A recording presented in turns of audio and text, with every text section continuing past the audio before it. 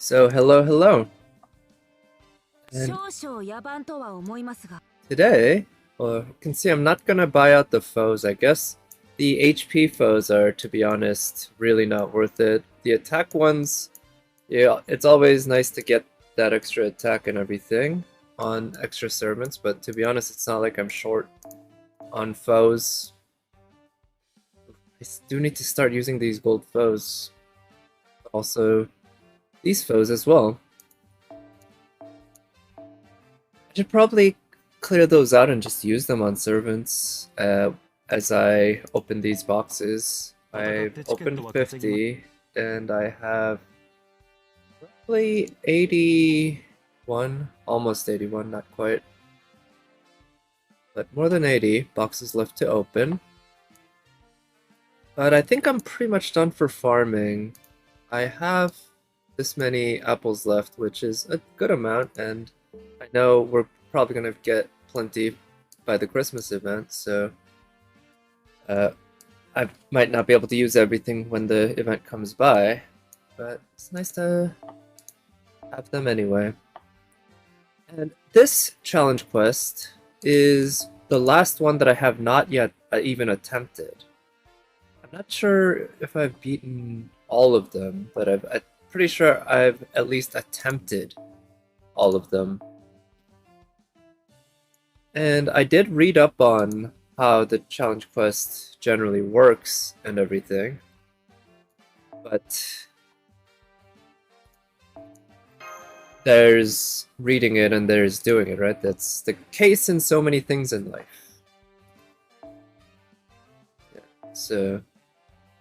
Ooh, she could be fun. So from what I've read, it looks like I do want an AoE servant. And I have used Arjuna Altar recently in a challenge quest to much success. In fact, I'm pretty sure it was yesterday. And this time, I guess it'll be more fun to try someone else. Now, yeah, so I did read a little bit about the gimmicks and all that. It does seem like servants like Kajan, and obviously these major challenge quest support servants, you might say. Let's see. Let's give her a 3-star CE. Which is the one that gives a free 5% MP. Actually, does a 4-star CE fit? It does fit. Okay.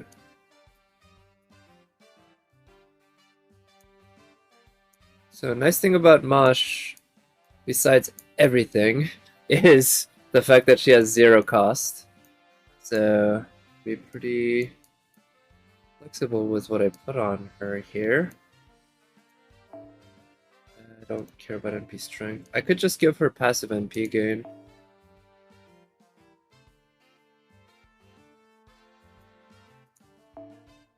Yeah, NP strength is useless on her.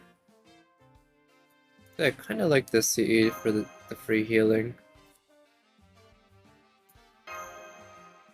So yeah, honestly, just absolutely zero idea right now if this team's gonna do at all well. But what I'm thinking is I want to use Scotty's NP to have the insta-kill resist, and then I also want a way to remove our debuffs.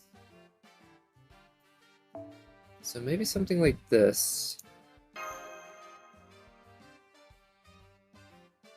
So we initially tanked that debuff after 6 turns with Scotty, and then we switch out for Jean for healing, extra healing and such. Something like that? I don't know. Maybe I actually want Taunters. Taunters might be the way to go. So somebody who can buy me a lot of turns with taunting. Mosh is already out there, and she's generally not the way to go for that. He can buy me a decent amount of turns. And I'm just worried that he might not die quickly enough. I could bring the level 1 version, but then he'd die too quickly because he doesn't even have guts. I could level one of him up, another copy of him up to like first ascension when he gets his first or second skill. That'd be quite the move. That's a 5-head. Let's just try this. See what happens. Experiment. Roll the dice and see how the game treats you. Sometimes you just end up eating shit, right? But hey, at least it's just a video game. I'm pretty sure the clown, Mephistopheles, has a AoE NP that pierces defense. So that's gonna be somewhat annoying. Oh, you got the lores, nice, but you still have are there a total of 8 other than the lore ones? I thought there were a little more, but you have 8 left in any case. Well, good luck with that if you're going to try to get all of them. Because I'm not. I'll at least attempt. I guess I am technically trying to get all of them, but I'm doing just one attempt, essentially. Because... well, some of them I guess I do more than one attempt. Alright, so a debuff cleanse would be nice, but I don't have one. So I'm just going to start using skills in order to remove all that. Finish shop earlier, nice. Okay, yeah, that, to be honest, I care a little bit more about that in my account than the tickets. Just because the tickets don't... you know, there's 3 mana prisms, big whoop, right? Decrease debuff resist, and increase MP gauge. So that one won't help with any buffs or debuffs. Yeah, I'm gonna start using some buffs. I haven't finished the shop other than the foes. The only ones I have left are the silver foes and, of course, the monuments. So I'm pretty happy with that state of things. Let's see. I'm not sure who I want to help remove all these buffs from.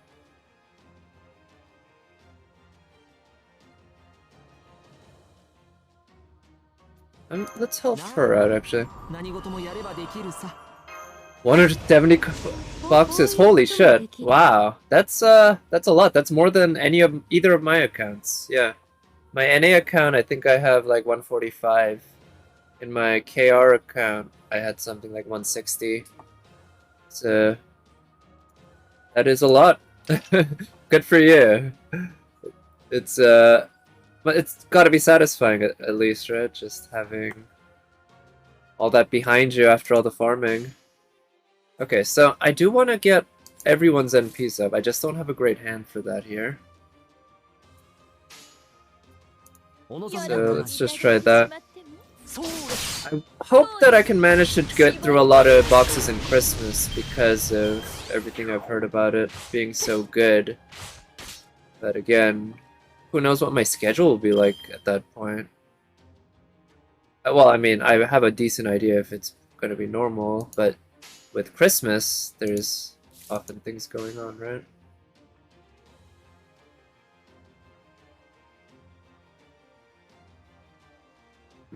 Let's go with that.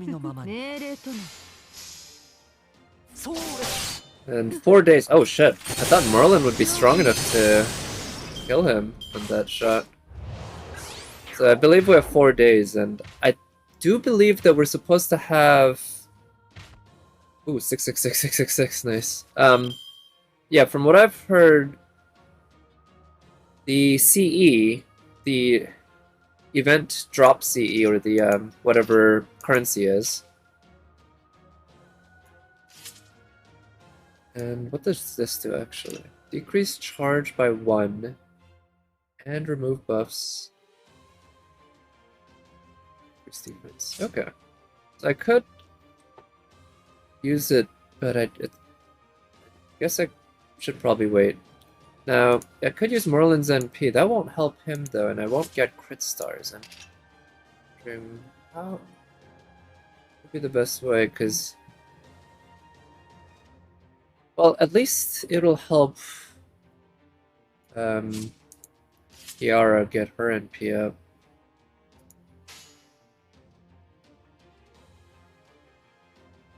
Yeah, I'll use their NPs just to eat through the debuffs, essentially.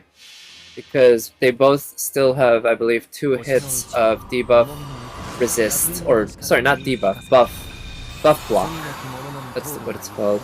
It's just something we use so rarely that I guess maybe I haven't committed to memory properly. But at least we don't have to deal with enemies with class advantage against us.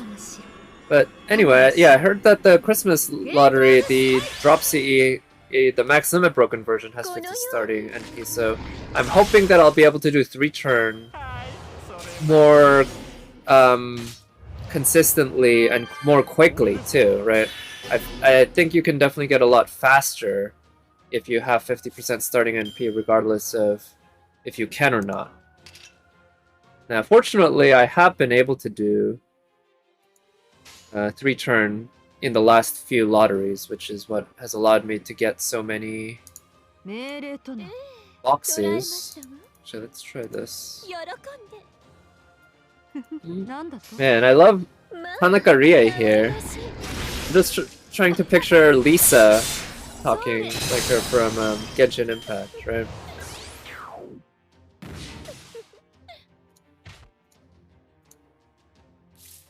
Okay, so this guy's gonna NP. We could drain, but Kiara's NP would just kill everyone, I think. So decrease charge by 1, remove buffs, decrease defense. I don't really need that decreased defense here. I would save Kiara's NP for when... Well, no, not right now. I think we have a good shot to cycle by using the arts chain. Let's do that. Remember Tanakaria's tweets with her prepping summer? Oh, really nice. She had. I have seen some of her tweets showing kind of some behind the scenes stuff. Well, with her doing cosplay and shit. Haven't seen much, but she seems like she's a lot of fun. Like, she really definitely loves... She's a big... Like, she loves her characters, and she loves voicing them and everything. And, yeah, she's a lot of fun. I saw a clip on YouTube of her playing Genshin Impact as herself, or as Lisa, and doing the climbing, or doing climbing in the game in order to get some sound effects coming out. Okay, so here it looks like next turn we're gonna get the death. So I actually do not know if... Shit, did I mess up? I might not have Scotty's NP ready to go, so these folks might die.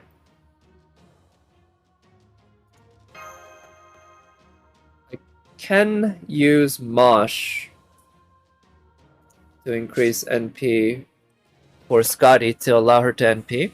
Let's try that, actually. But actually, before I do that, I'm just gonna see what happens this turn. I'll reset, because I'm really honestly not at all sure what's gonna happen here. So I believe at the very least I want to do this.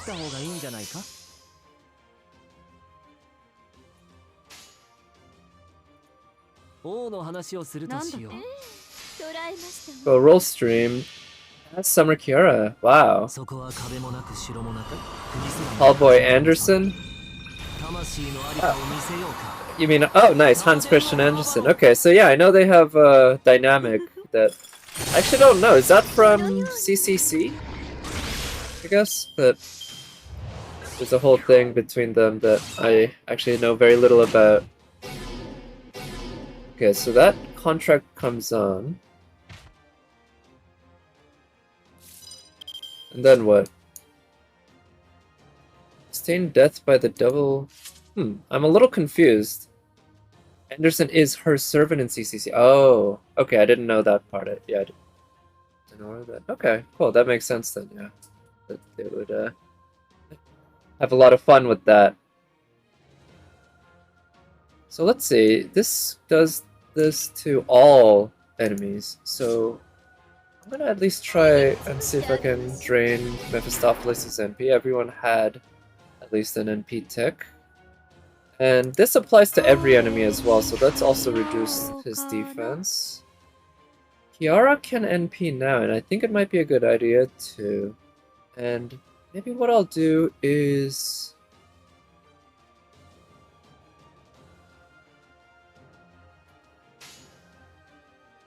So what's the overcharge on her NP?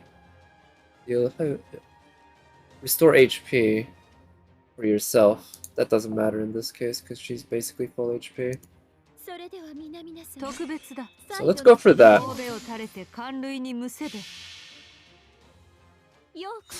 Yeah, so not sure what the best course of action is, and I don't know what the what's gonna happen after this turn. That's the thing, because I don't know when those insta-kill and what lower your own max HP by a certain amount. And wow, I hit 444. 666 is of course a very unlucky number, or bad number in Christian mythology in some ways, but 444 in Western culture would be considered by many to be a very unlucky. Okay, so that did happen. Alright. Because, yeah, I was thinking that could be the turn when the insta-kill and the... What is it? Also, lower your own max HP. Also, it looks like that's unremovable. Come on. Shit. That's pretty annoying, the fact that it's unremovable.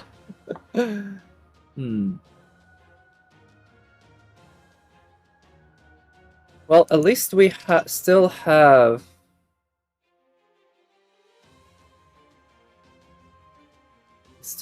dodge on most characters. It's just Scotty who doesn't have it. But that could be okay, because actually if Scotty eats it here, it's not the worst thing. Because she's essentially done her job, in a way. So maybe what I'll do is use her to help her build her NP.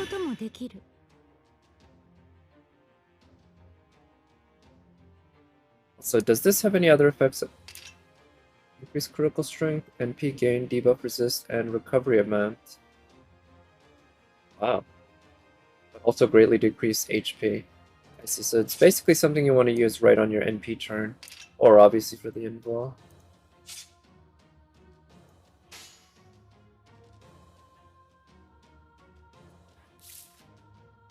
Yeah.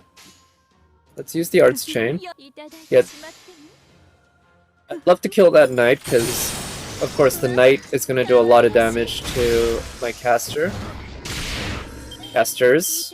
And my casters aren't exactly brimming with health right now. Okay, now everyone is naked in terms of defense, or in terms of dodges.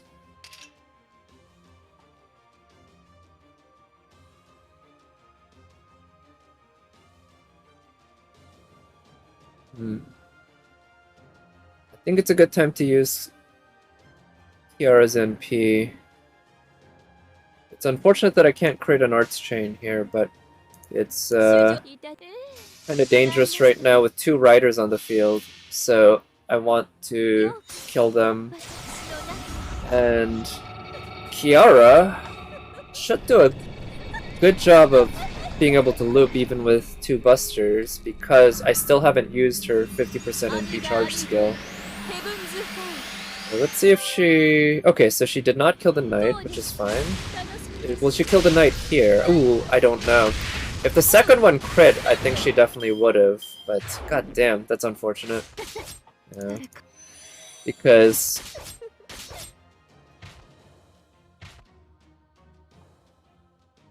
yeah, his defense buff was just too damn strong. So unfortunately did not work out. But now we can use Kiara's NP here. And it looks like she has the 3-turn nullify buff. Oh, and the soul contract hasn't started yet, so it can last a decent amount. 6 turns.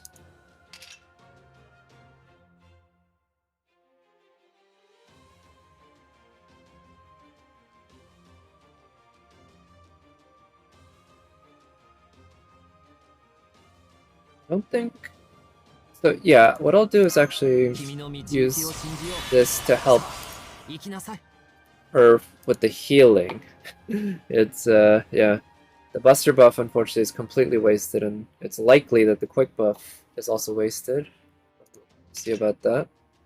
I don't know if the taunt is also blocked for Mosh, because I don't know if the taunt counts as a debuff or a buff for the purposes of buff block. But I do know her first 2 skills are blocked by her. I think I'll just have to have her eat it, because I don't really have a way to cleanse debuffs. So I'll go ahead and use that to help the other 2 out. And Mosh might just have to die here, who knows. And her second skill, let's actually hold on to for now. And fuck it, I'm not sure how many times I'm gonna have the opportunity to use this buff, so let's use it now. 10-turn cooldown isn't too bad. And let's use her Brave Chain to do as much damage as possible to Mephistopheles. Yeah, I'm trying to have fun all the way until the end. We'll see. This is my first attempt on this quest, and it might be my last. I'm not sure how much I enjoy it. But yeah. But yeah, thank you for coming by, Nat. Good evening. Hope you're doing well. I was actually looking forward to streaming tonight. Just with, I guess with the event going away, I felt a little more excited, yeah, about just doing it and getting my final runs in. My final attempts at getting these tickets, which, again, I always say this, but tickets are 3 mana prisms, so it's not really a big loss if I lose, but hey, if I get it, it's a nice little thing to have, right? So I can actually use Merlin's... So either way, if I use Merlin's first skill, then Merlin's NP is not going to apply to her. Oh, it will. Well. Okay, I'll do that then. You said rep to 10 tickets? Yeah, I mean, I don't blame you. There's a... I don't know, there's still at least 4 quests that I haven't beaten. That includes at least 2 in the original, or in the rerun part, so... Yeah, I just, you know, not really worth, I think. Just find it more of a bother. Okay, I'll do this to protect Merlin. Basically, I think it'll be very, very good to have Merlin stay alive this turn. Halloween rerun, and then Space Ishtar. Right. I mean, Halloween rerun... Let's see, I'm trying to remember what that was. That was Oniland, right? Oh, right, we're gonna have Raid, right? I don't remember what the raid was, or raids were. Did we have multiple? But I believe it had good drops. That I should look into. Yeah, Oniland. Oh, man. Also, that means 5 more rare prisms to look forward to, I guess, right? So, here's what I'm thinking. If I NP with Kiara here, then... it's probably gonna kill everyone. I think it'll even kill... Oh, wow! Nui Twitch! Thank you for the raid! Wow! That's so kind of you. Really appreciate it. Welcome. Sir, I mean, I hope you had a good stream. If that's, I'm guessing you also stream FGO or something like that? Hello, Mr. Hybra21. Yep. Babysit your viewers. Yep. Oh, yeah? So yeah, do you play JP, NA, KR, anything like that? I play NA as you can see, but I also play KR. And I'm just doing my final challenge quest runs because of course the event is ending in a few hours. And you can see I'm using a support Kiara, so let's see, what I want to do here. I'm thinking I definitely want to use Merlin's arts card along with the arts chain. So I'm gonna use this. Yeah, let's go for that. Oh, yeah, hello Dookie27. Okay, at first I thought that was Duke, but I like the Dookie. Yeah. What point is the KR servers in? KR server is actually right around the same as the NA server right now. They've generally been right around the same for most part. KR server started about, I want to say about a year and a half after the NA server started. But then they caught up. So that's when they had no gaps essentially between events.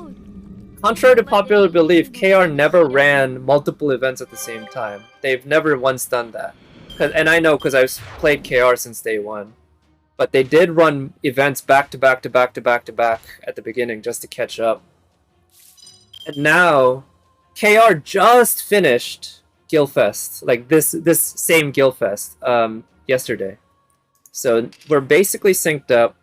Usually there's about a week or almost sometimes even 2 weeks of separation. They each handle things a little differently, so it's not like it's always consistent. But there's usually, yeah, like I said, they go back and forth. Let's see, I think I want to get Kiara's NP up. Sounds like hell. Yeah, well, at first in KR, one nice thing was they gave us a free gold apple every single week for about the first year. So and they also still and consistently gave out more gold apples than NA. So that helped catch up, but also yeah, in terms of like playing, I'm personally more in the camp. I'm glad KR caught up, but I would rather if NA and KR stay at their lane 2 years behind JP instead of trying to catch up, because in my opinion, the just this pacing works. It's I wouldn't have wanted to play like that in KR forever, you know, or even for more than the year or so that it took for KR to catch up to NA. Maybe it took a little over a year, but not by much. All right, so I think I'll also use Kiara's NP reduction there to help her out there, and sadly I can't NP with Kiara this turn to work on the clown, but I guess I can work on the knight and use her brave chain. Yeah, yeah, for me it was yeah, kind of burnout-ish, or I could see myself burning out. I didn't really burn out, but it was kind of tiresome at times, definitely. Yeah, and this is the Mephistopheles challenge quest, correct? Yep.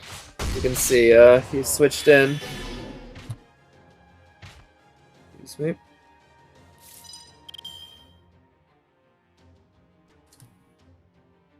me. So yeah, I lost that opportunity to NP onto Mephistopheles, so he's just fine here. You only did the Tota and the Eric ones. Okay, so yeah, those are the first ones in the rerun and the original, right? Yeah, these are really hard. The thing is, you know, ever since the original Narrowfest, actually that's not true. I actually don't remember the original Narrowfest because I'm pretty sure the original Narrowfest was the second event of the game, right after the moon. Shit. I really wish I had a Kiara card here. God damn it. So since Merlin's not going to be doing a whole lot of damage to the rider anyway, I think now's actually... I'm just going to risk it and use this right now. Cool. Yeah. Oh, on JP, you remember the original Nerfest? Really? You played it... Well, basically when it came out in JP. I didn't know you were that much of an OG. Nice. I only started playing when it came out on NA. Because, yeah, I don't play JP at all. But yeah, I remember in NA, the original Narrowfest, and I just couldn't really get that far. I could barely do the farming quests because I started playing about a week or two after the release on NA. Okay, so now I can NP with Kiara, so that's good. So my account just wasn't anywhere up to snuff, and also my knowledge of the game was nowhere near like able to handle. I mean, I understood farming and all that, but I didn't really know like what to farm and like and everything. I didn't really know to look, I guess, at that point. I just was fiddling around. So that was one of the few events that I barely did anything on. So Kiara's NP is gonna kill everyone other than Mephistopheles. We'll get the break bar, so this should work. From launch and then switch to NA at Halloween 2017. I see.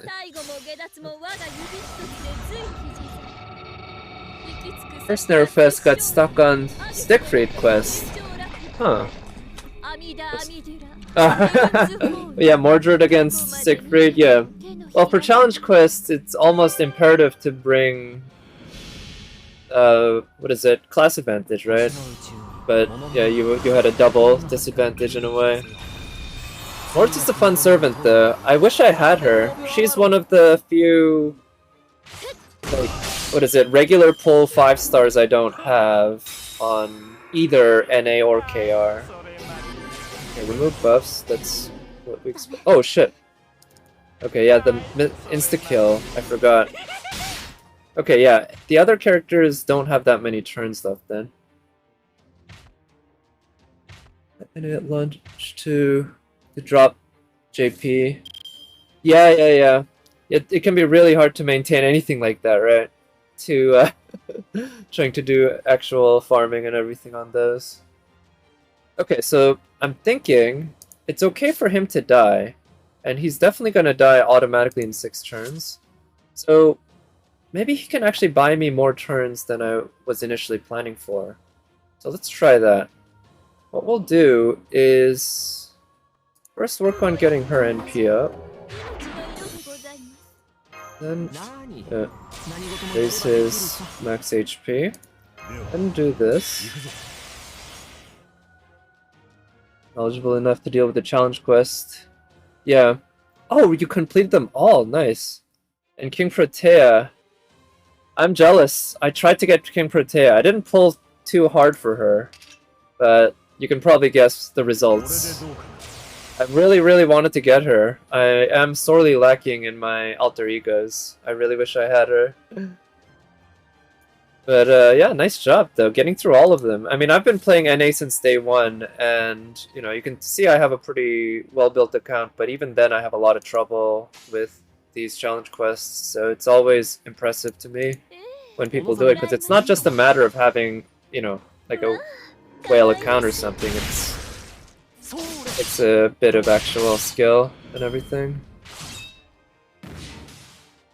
Right, good. Georges is doing his job. Mordred's NP3, wow. And King Protea NP2. NP1 Gawain. Huh, Gawain as a husband, okay. Gawain, that's he's story locked, I believe, so I've never gotten him, because I never pull for him. I guess I could have gotten spooked during All Boys banner, like the White Day, but I never was. I'm gonna go for that. But I know he has a gorilla deck, which I kind of like. I have a soft spot for characters who are not berserkers who have gorilla decks, and characters who are berserkers who have gorilla decks. But they're in KP of the Nullify buff. Level 1. Jason. Oh, Jason. Jason's a servant that I need to remember to use, like, at all. Like, because I, like everyone, only got him recently, and I built him up and everything, but I've really not used him. I don't know any of the new servants really that well because I haven't really used them. But I've heard that Jason is a very good servant, or very useful in a lot of contexts, like challenge quests. Gorilla Mao Nova, right, yeah. Build Jason to 80, nice! So, yeah, that just allows him to hit all that much harder, huh? Okay, so now we don't have to worry about Mephistopheles going back. Because we've killed all his mobs, but we do have to worry about just everything else in a regular fight like this, which is dying. Jason's still level 1. Well, now's your chance. If you touched a lot of Narrowfest or Gilfest, sorry, maybe you have a lot of embers. I know I'm gonna be burning a lot of gold embers. I remember the first time I had to burn gold embers after I farmed a lot in one of the old Narrowfests, and it felt so awful. But you get used to it. You get used to it. But man, it took me so much effort to do it for that first time. It just felt Kiara's good for self-healing. Yeah, so I don't have Kiara myself, but as you can see, I have a friend who is kind enough to lend me a NP5 level 100 Kiara, and that was an opportunity I couldn't resist, so right now she seems to be doing quite well for me, actually. I will admit, I wasn't expecting to get anywhere near this close. We'll see if I'm gonna beat it, but we're actually getting fairly close.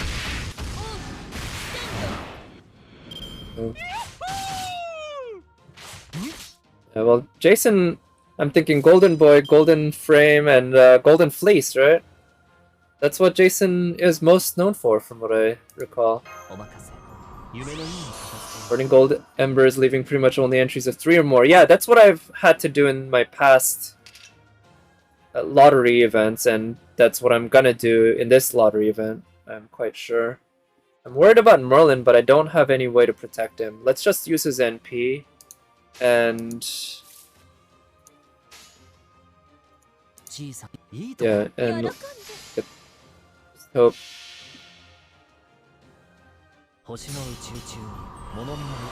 And so much gold ember. Your second, second archive being 600, 600, over 200, 3 to 5. Okay.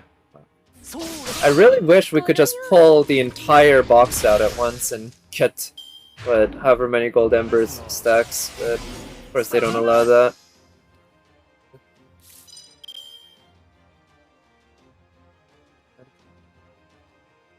Okay.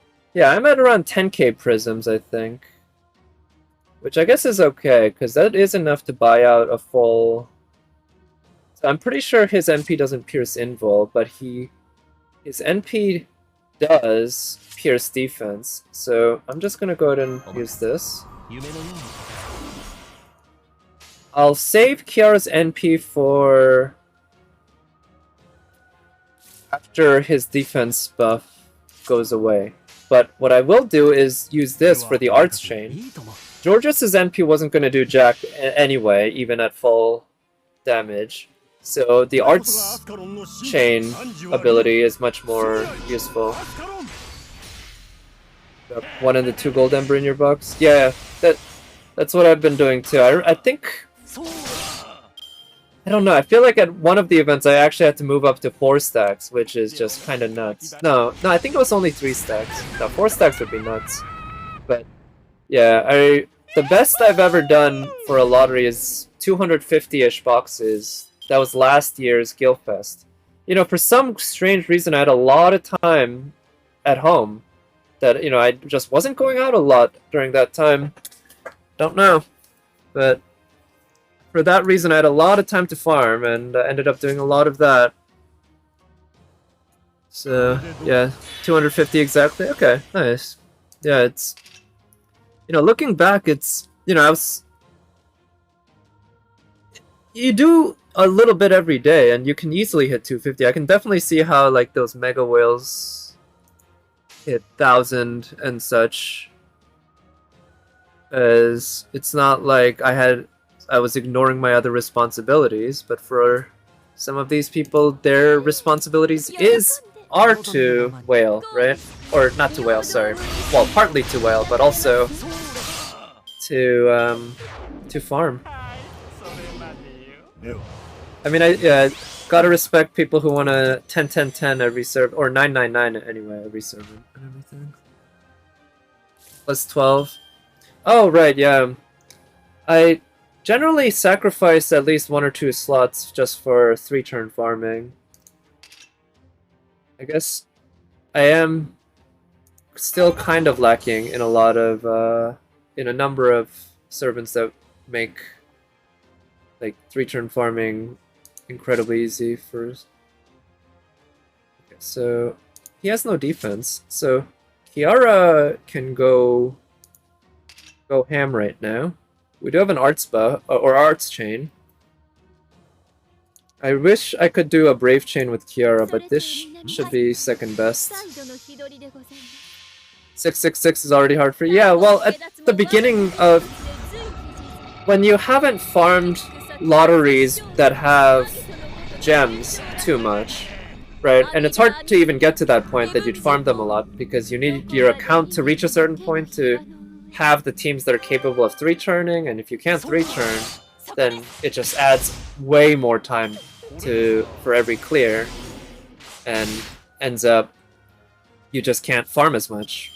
But anyway, unless you've actually gone through a few cycles of farming lotteries with gems, it can be hard to like 666 everyone, because you do need the gold gems, and gold gem drops are hell. Gold gem drops in the weekly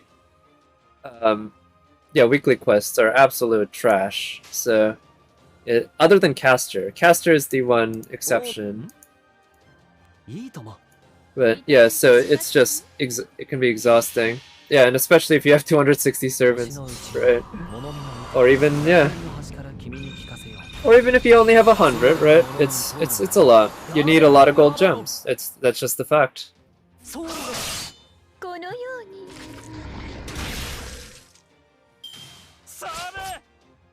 I remember the first time, so I started playing this game in a large part because of the fact that I knew that Ryogi Shiki was a servant in the game. So I started playing day one that I did start playing, with the plans of pulling for her, and also excited about her assassin version. But I did not pre-farm for either of them. I guess I wasn't even sure about welfares back then. I wasn't certain that I'd be able to get her, so I didn't pre-farm her. And after I got them, I had to do so much farming for the gems in the weekly quests, and it was so exhausting. Let's see, I think I'll drain her. Yeah, I'm gonna go ahead and drain his NP. I'm thinking we're pretty close to the end here. So actually, let's go hard on Kiara. Kiara's gonna be pretty good at cycling NP. She'll have some trouble, but right now, even without cycling her NP, I think she'll do lots of damage. Plus her Archer comp, Arash Gale, Waver, Scotty, face card wave 1. Okay, yeah.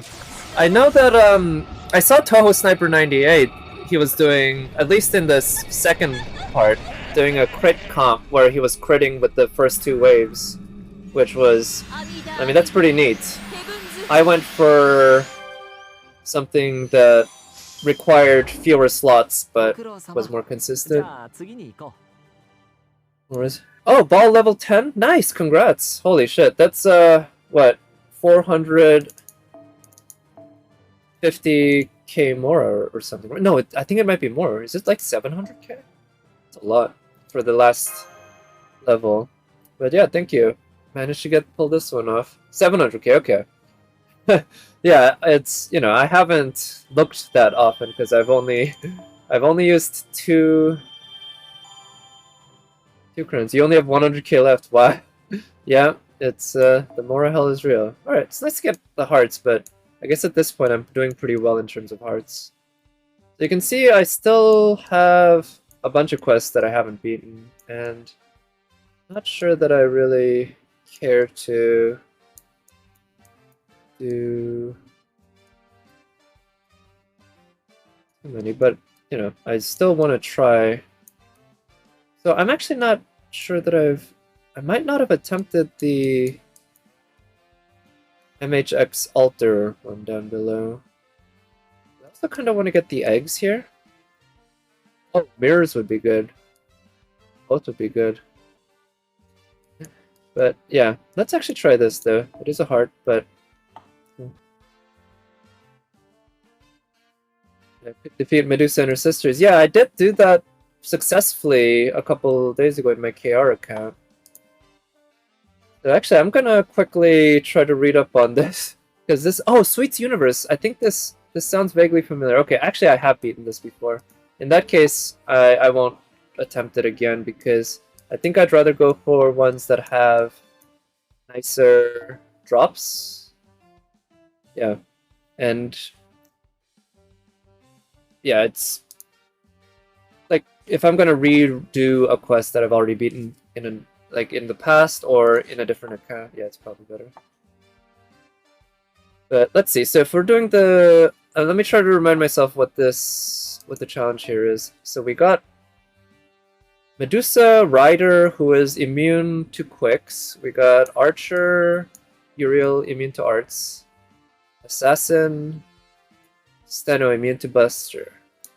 I think we want to take down Medusa quickly first, and then we want to work on most likely Uriel because her NP is the one that actually can do damage. Even though Steno, if her insta-kill lands, obviously you're not going to have a good time. So I could try going in with basically a cheat team, something like this, or 3 new servants in JP. So I think I saw that we had Kama. I don't know who the other two are for the second wave. Wait, why do you need 3 more rings, by the way? Is it just for a specific servant? Or do you mean the order of your quests?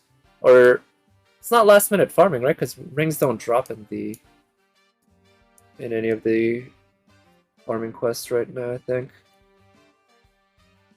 So someone to support Jean Alter. I haven't used Jean Alter in a while, to be honest.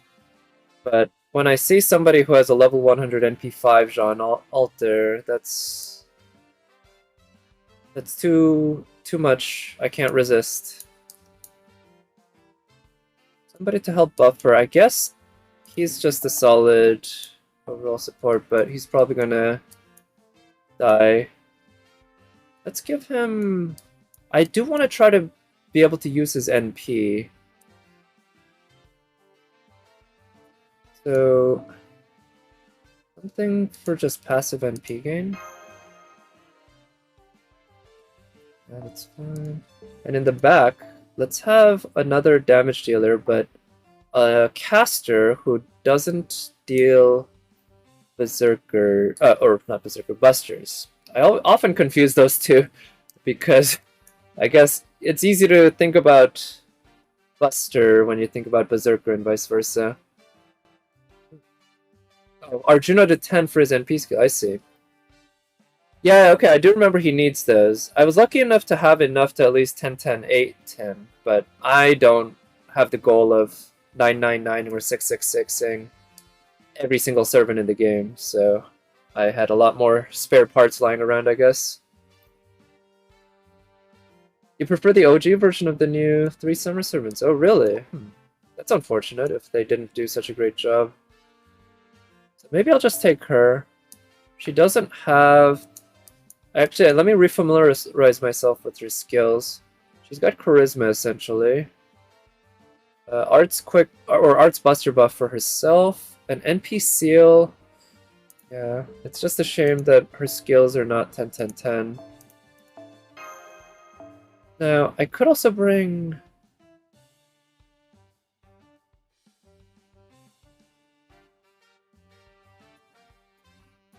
Now, she's AoE, but I have a pretty high NP level on her. And her being female does mean that she probably won't get charmed.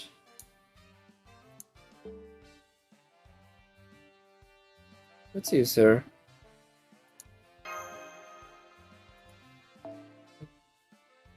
Well, alright, thank you for coming by, Ned. And yeah, sweet dreams. Always happy to see you, and I'll talk to you next time. Oh, you got double ring trap. Nice, congrats. Okay, so I think I actually want to put in another caster support here, or maybe a Lancer support. A Lancer support just to help out against the Uriel.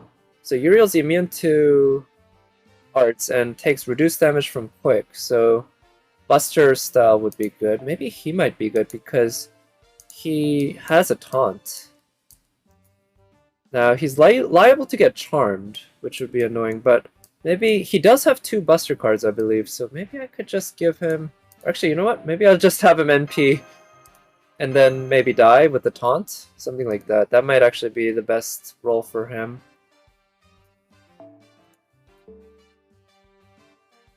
Alright, let's see if this works. I've beaten this once in my KR account.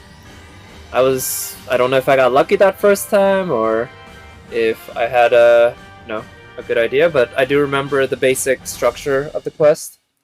And that's something I've noticed about these challenge quests. I think DW has done a better and better job and a more and more in-depth job of adding layers of different mechanics to these challenge quests as they've gone on.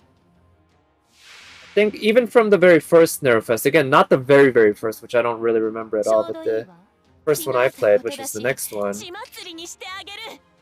I feel like they had some stuff going on in terms of different game mechanics, but I think they've gotten better at it, where it's more fun.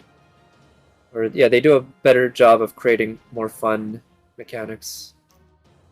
Alright, so I'm not liking the hand, but I think I should use Merlin's Brave Chain. I like to use Merlin's first skill usually to begin with. Now, one question I have is using Leonidas' taunt. Do I want to use it now or do I want to save it for another time?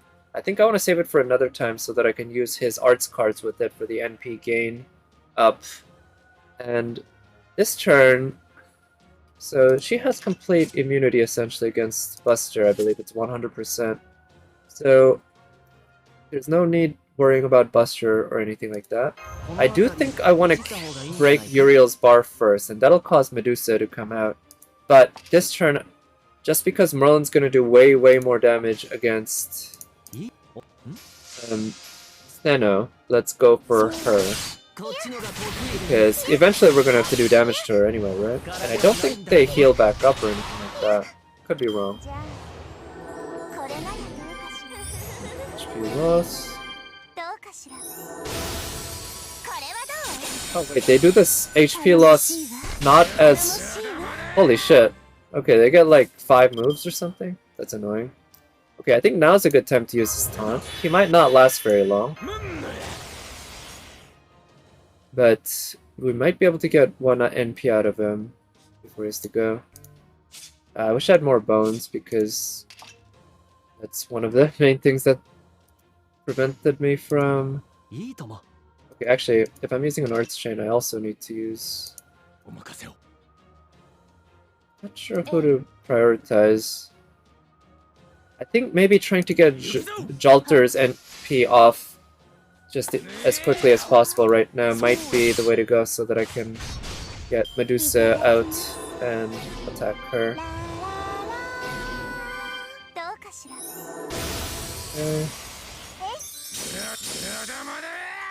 Alright, so I can NP with him, but he's gonna die. But that'll be a turn saved, basically.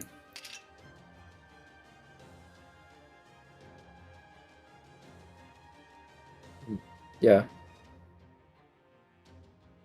I was thinking of saving his NP for next turn, so that he eats their NPs, but I actually think it's better to use Merlin's Invul for that. Because otherwise I'd have to use Merlin's Invul this turn, or something like that, to keep him alive. And I don't want to bother with that. So let's use his NP.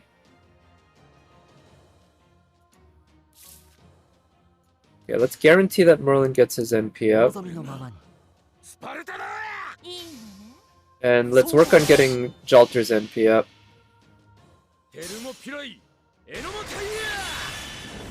And Leonidas is almost definitely gonna die here. Oh, there we go. They're gonna NP. I could also have Mosh tank this turn. That's actually probably better. Yeah, that's actually way better. Let's do that. Because I'm lucky enough to have her with an arts card and a crit on that arts card, which means I'm quite certain she's gonna get 200% NP here.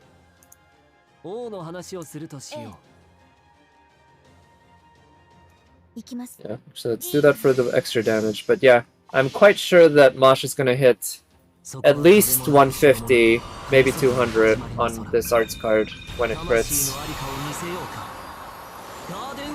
I really wish we had other servants besides her and... Oh shit, okay, I was wrong. You should not trust my instincts on this from now on. Do not trust my instincts on the NP charge ever again. It is way less than what I thought it was. So yeah, it's still pretty good, don't get me wrong, but I way overestimated how much a 400% NP charge up buff, NP gain up buff does.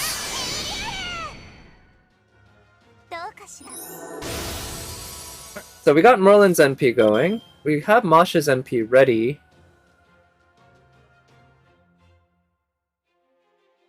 We have her first skill ready as well. But what I'm thinking is, I'm pretty sure that John Archer is gonna be able to kill or break Uriel's bar with an NP here. And I think it would be neat to use Mosh's NP overcharged right now. So I'm gonna do that. So this isn't exactly the best set because this lowers the amount of NP charge that Jalter gets versus using Mosh's arts card first, which will of course buff the NP gain of all cards there. But this way I get to overcharge Mosh's NP, which just means extra... I believe it increases the damage cut amount, and that's quite a big deal actually, because increasing the damage cut amount from I think 100 to 300, it's either that or 100 to 200 in that range, but damage cut is just so valuable, and you get a lot out of a little buff on those. And okay, so we got Medusa. Medusa's got taunt. And god damn it, stop targeting Jalter!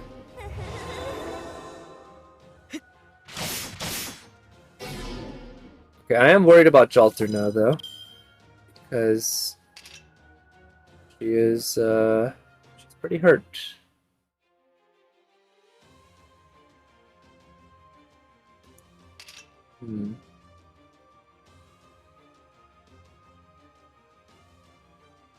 I think I'll use the debuff cleanse on Merlin. Yeah, I think it's worth it because otherwise I'm gonna be missing out on an entire third of the attacks.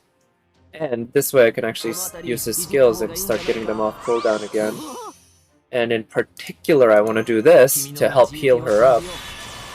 Now, what I do here, I think, is going to depend a bit on the RNG of the crit stars. I don't think I have a way to guarantee crits on Jalter, but can get pretty decent. 40 and 60. Oh, I had a way to guarantee, but unfortunately it split itself. Defense up, damage cut.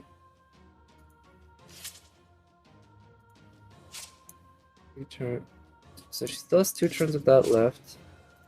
And this first skill, the cooldown is 5 turns.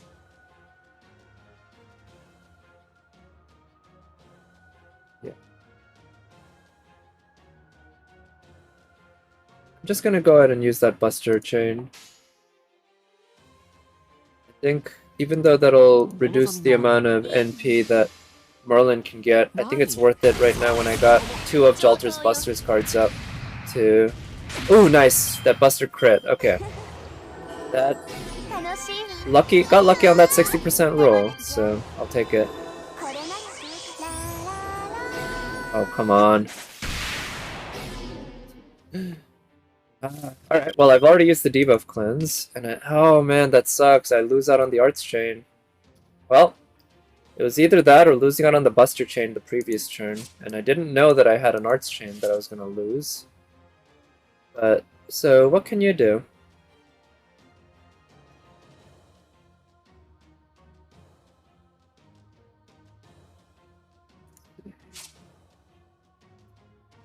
I'm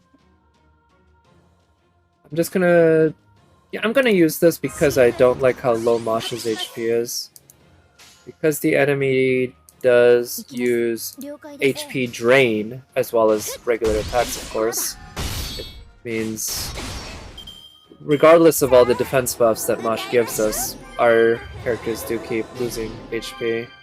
And a decent amount of it too. These drains are very significant. Oh, come on, they keep taunting everyone, huh? Or they keep taunting like every turn, and it keeps going to Merlin, of course, because... or not taunt, sorry. It is kind of like a taunt, I guess it's, you know, kind of a manipulation of your brain. But yeah, the charms.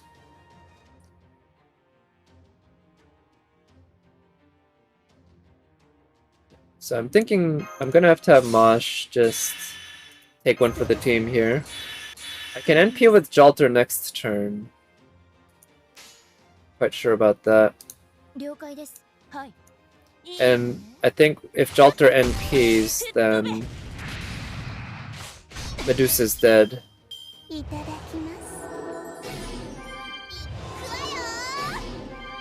Oh shit. Wait, what? Oh, is it? Oh, come on! I don't quite get what happened there.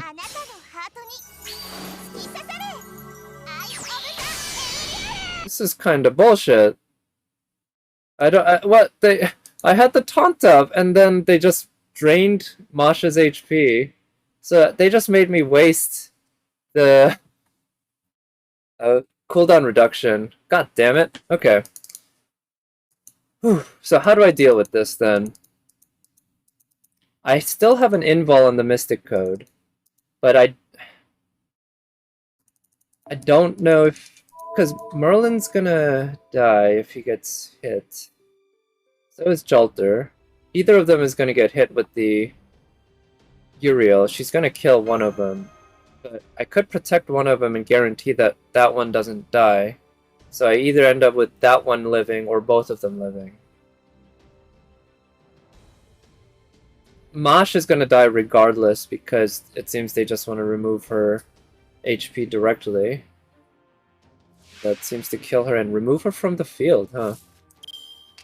That is, yeah, that is kind of horseshit, not gonna lie. But I do think if I'm protecting anyone, I'm gonna go with her, just because I want to get her NP off one more time. And the fact that Merlin's male is making him kind of more of a dead weight than anything, so... Actually, maybe I should have just left it as is, yeah. I just realized that, whoops, because we already saw how the RNG went out, right? Man, I'm just messing up all over the place here. But hey, I've actually beaten challenge quests after shitting the bed like this, so let's see if I can pull this off again here. Very much might. Killed Merlin anyway. I was kind of hoping she'd target Jalter here. That would have been quite nice. But anyway, now we got this going.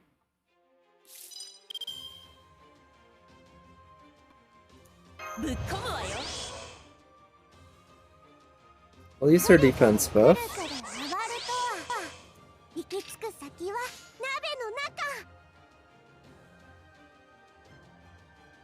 I don't want to use Nursery Rhymes Arts card, but actually I'm thinking it might be worth it to try to cycle Jalter's NP, because her art NP gain is actually not bad, and if I can manage to have her NPing one more time, that would just be pretty ginormous in terms of the amount of the value I'd be getting out of her there. We shall see. Her extra card has a good number of hits, which also does provide decent NP gain. You saw that was the NP gain with the Buster starting.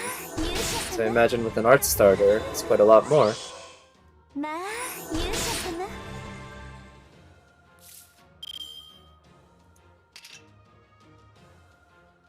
Let's use this for the heal and the NP charge. I think yeah, I'll use this for to heal him as well. And let's draw the crit stars to her.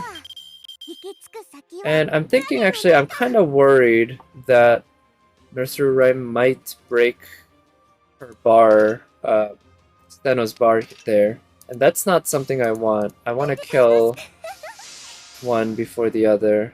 I'm pretty sure about that. So, even though Nursery Rhyme is just gonna do a lot less damage, let's use her. さあ歌いましょう That HP loss. Damn! 頼もしいわ頼もしいわラララ Oh, wow, he actually managed to resist the charm? That's kind of nuts. I wasn't expecting that at all. This lack of NP gain going on here is pretty annoying. I am worried about Jolter, but she at least has the guts. Maybe I can debuff resist up? Oh, shit! That's a thing on this, isn't it? I always forget about the debuff and buff up, like chance up, resist up, all those stuff that are parts of so many servants' skills, because those are often the secondary skill or secondary parts of their skills. 楽しいわ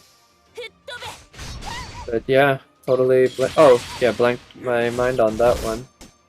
Oof, I wanted Vlad to get his NP up. 楽しいわ Yeah, it's gonna be sad not being able to NP with Vlad before he goes, because what I wanted was to be able to use his NP against Uriel, but that's not happening. So he's gonna help us this turn, but looks like this fight's basically over. I think I'm pretty sure I'm not gonna make it. 嬉しいわ But let's see if I can get Jolter's NP up one more time. 吹っ飛べさあ歌いましょう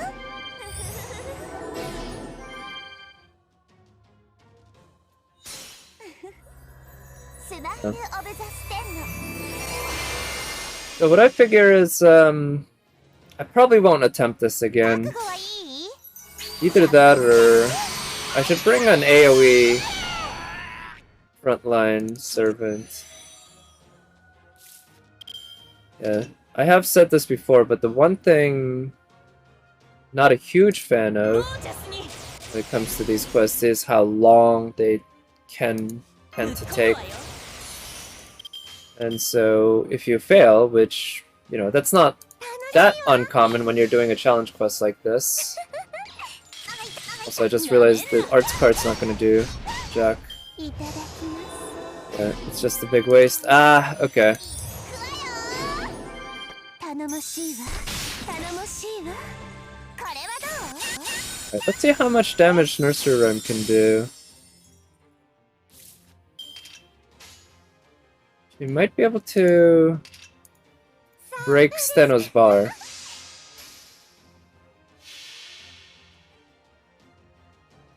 繰り返すペ押し返す草のしおり Hour on Shiki wrecking Romulus? Yeah, that quest can take a while, right?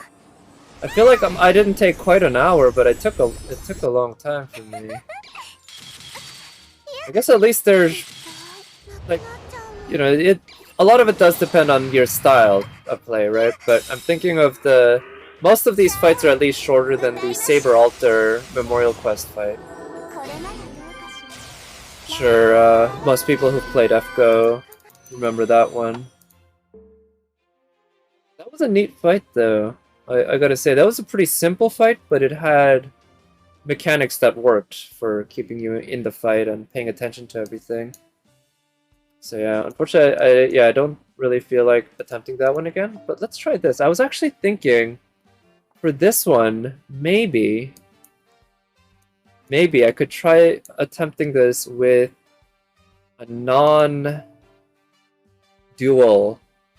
technique. I really have little idea if this is gonna work, how well this is gonna work. Yeah, at all.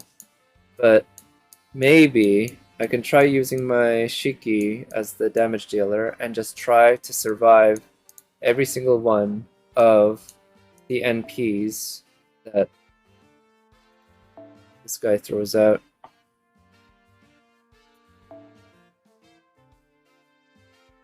Fuyuki flashback, yeah. Well, I mean, flashback you say, but I found that quite fun. It was tough, I guess, yeah. I mean, like I said, once you... It wasn't the most complicated fight, but it had some layers to it, and once you figured it out, though, I feel like it became kind of a fun one. Maybe instead of him, I keep using Leonidas because he does have the Buster buff, but he is also he's reliant on his NP for a 3-turn taunt. Otherwise, he ends up with just a 1-turn taunt from his skill. Sadly, is often not enough because he's liable to die quickly because he is a 2-star. Where's Holy Shroud?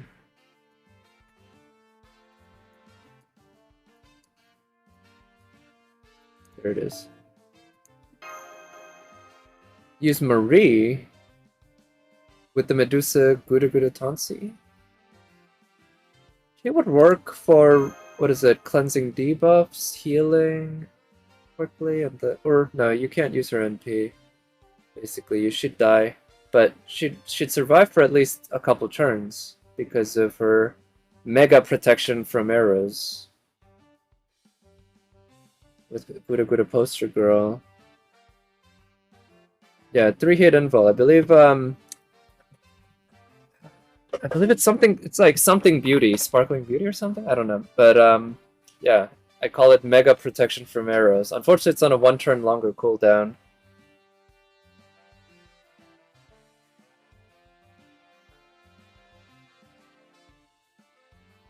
But yeah, let's try that. I think I have the cost to pull that off. Oh, no, that's the caster version. And I also here acquisition. Marie Antoinette, I believe, was one of my first 4-stars. Where is she? I was pretty sure she was one of my first 4-stars. It's because she's favorite. 2017, July 12th. I mean, that is pretty early on, all things considered. And where's Gura Poster Girl? Can you believe I actually pulled in my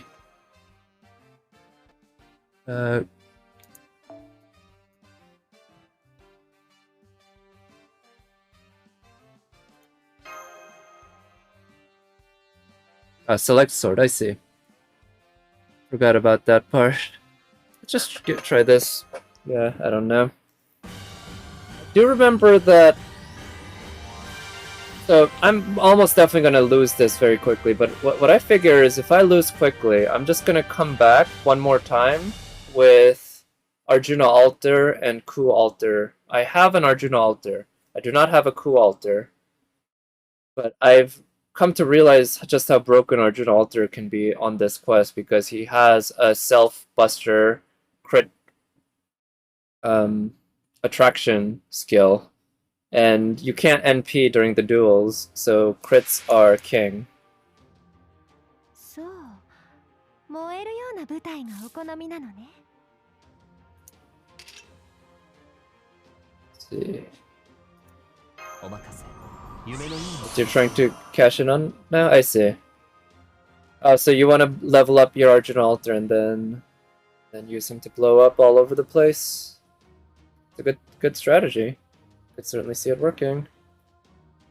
Alright, so this turn I'm actually going to use this and Mosh's taunt. I don't want Mosh to die quite yet, and I believe he doesn't start the duels or whatever until the first break bar. So this turn, we're gonna want to use a couple of Masha's cards to get her NP up.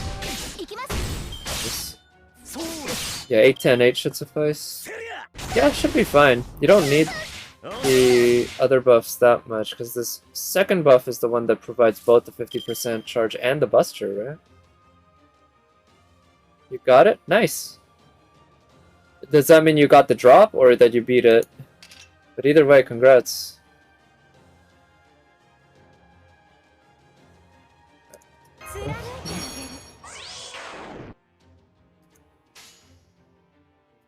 Let's try to get her NP up. 30% drop. Oh, right, it's a 30% NP charge, not 50, I forgot. Man, Arjuna Alter would be absolutely just busted if he had a 50% NP charge. But I mean, even at 30%, being a 5-star, and not just a 5-star, but you know, that kind of killer 5-star berserker with a 30% NP charge puts him in a very, very, very exclusive group.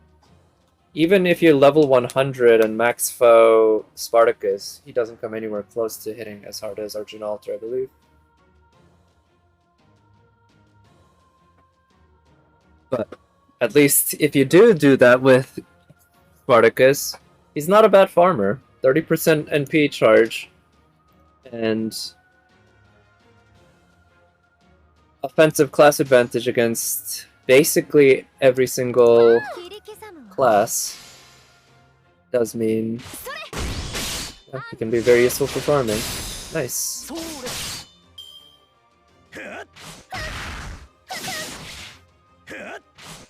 So we definitely want to save Merlin's invul for after we break the bar. Can we break his bar this turn? Or before he NPs? Oh, yeah, let's do that. Let's break his bar the turn before he NPs. Let's try that. See how it goes. I think I can by using Melt's NP. Gorgon Sisters? Yeah, good luck. I think I used a support Arjuna Alter against the Gorgon Sisters in my KR account, and it worked. It worked. I was able to beat it. I think. I might have to go back and check the video, but I don't remember. Yeah, I don't exactly remember, but I think it was that. Okay, so now I am gonna see if I can... Actually, Melt might not break his bar, because he has such high NP. Resist. Oh, let's just try.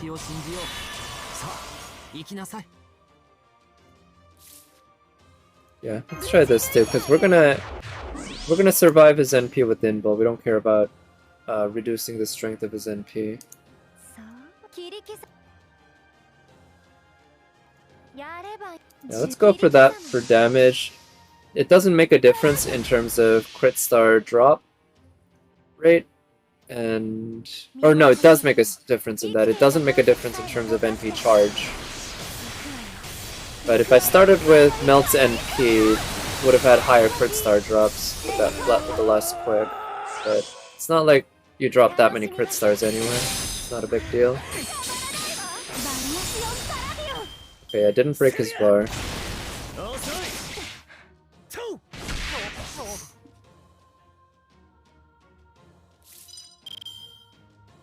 So we'll use Merlin's Invul.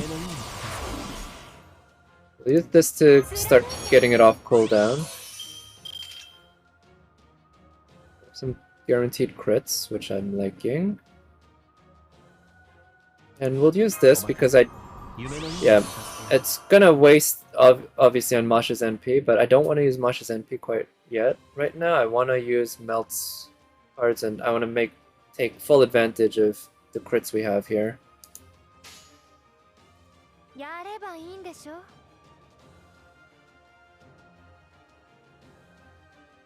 I'm gonna use this to help Mosh heal. I kinda like that healing a little better than the extra crit stars on Merlin's card right now. I think Merlin has a good... Yeah, I can get Merlin's NP up this turn if I want to by using Mosh's invul, but it's often better to save that invul for the defense rather than the 20% NP. We'll see. In any case, everyone has their NPs out. I guess I might as well save Melt's NP for next turn after we break his bar. So yeah, we're gonna overcharge Mosh's NP. Get that extra defense buff.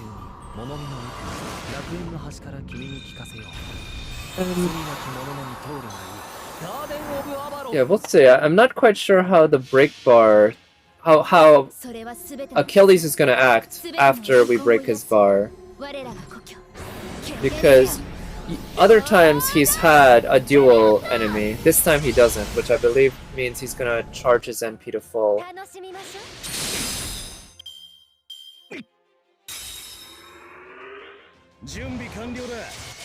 But I don't know exactly when he does that. Oh shit, he does it now?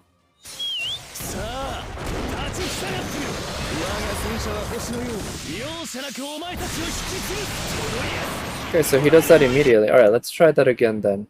In that case, we're gonna let Mosh eat it here, but we will use some sort of defense on Merlin to allow him to survive, because I think now what I want to do is have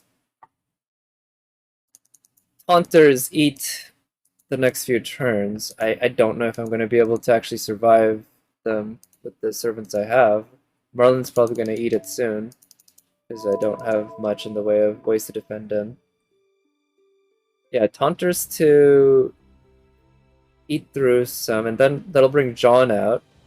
And Jean can buy some turns at times thanks to her NP and also her stun. Those two will both be necessary. And we'll see that if that's enough. I'm kind of worried it's not going to be, but let's try it out. Okay, good. Mosh has her invul. She has both evades.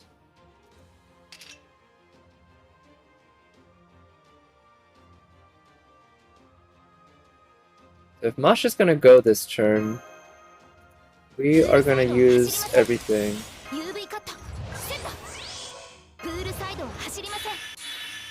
Yeah, she's just going to give everyone as much help as she can before she goes. Merlin is protected by the invul. Melt still has her 2 dodges. And Achilles is guaranteed to attack only Mosh this turn.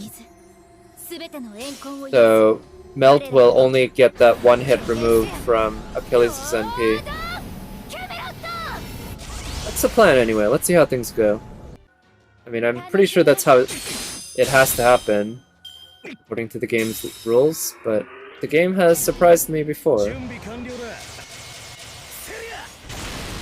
Wait, what's going on? See? This is why I'm confused here, because he did not charge his NP this time, right? I don't get it. The game, I just said, right? The game has surprised me before? Well, the game just surprised me. What? I don't get what's going on.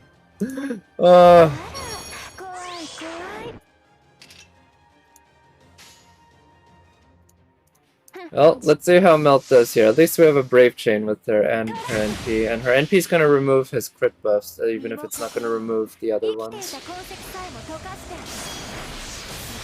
don't know if putting Taunt on Mosh was an issue or something, or what. I don't know. I really don't know. Just, yeah, it doesn't do that much damage with the defense buff he has. Okay, so now he does that. I wonder, the defense buffs we have aren't going to be strong enough to allow Merlin to tank this, are they? Actually, they might be. They will. Holy cow! Everyone survived.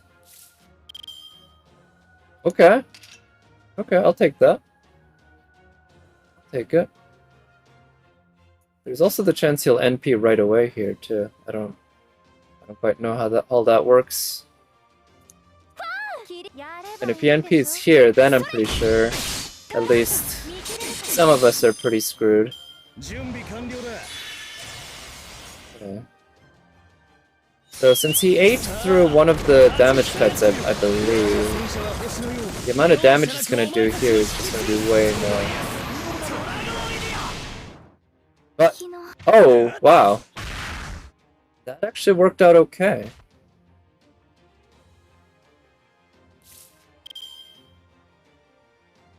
See that?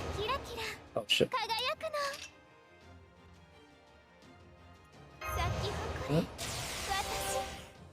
So what does this do? Debuff. Oh, I should have activated that first.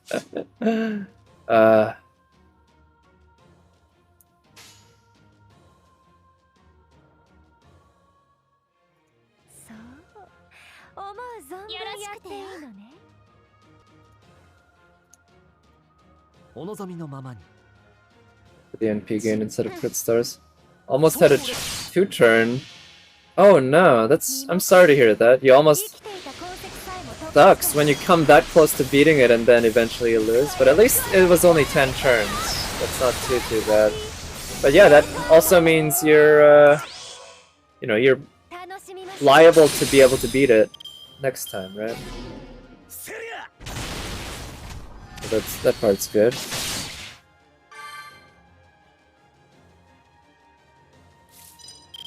So maybe when I have a taunt up, he doesn't charge his NP like that. That seems to be the case, so I'm gonna have to keep that in mind then. Definitely gonna have to keep that in mind. I'm gonna use this to buff Melt's Arts crit here. And her Buster crit, actually. Actually, only her... Yeah, only her crits. Fuck it. Marie Antoinette bought me a couple turns, so let's try to take advantage of that. We're doing some damage here. Because of all of Achilles' buffs, I am thinking that I'm not gonna be able to eat through all his HP in time before I run out of HP myself. That's the sense that I'm getting here. Well, let's find that. She can at least heal with her NP, but I don't think she's gonna... No, I can heal with her if I want.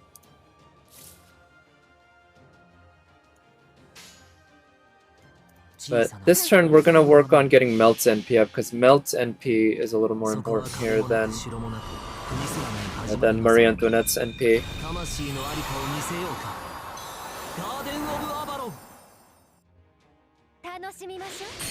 Okay, nice, got her NP up. Then Merlin.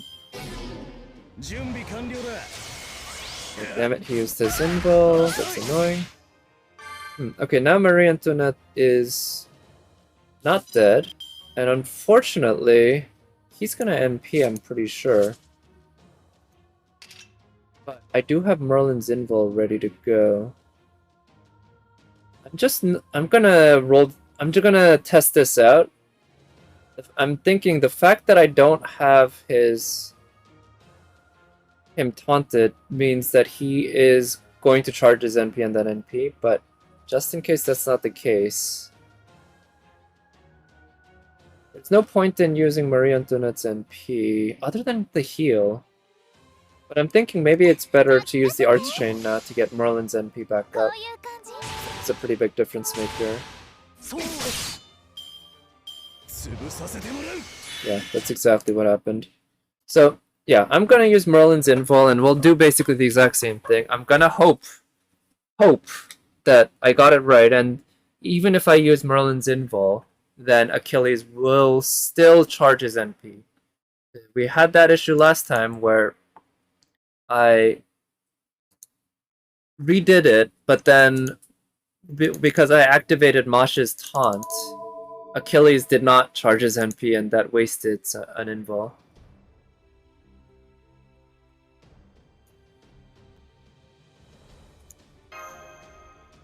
I'm also glad they make these just 1 AP. Definitely very helpful for making it so that you don't really feel that big of a loss if you lose. You do lose time, but ultimately it's not that much time anyway, right? Usually most quests don't take more than, but even challenge quests, most of them don't take more than 30 minutes, I would say. And in the scheme of a video game, that's not that much time to lose.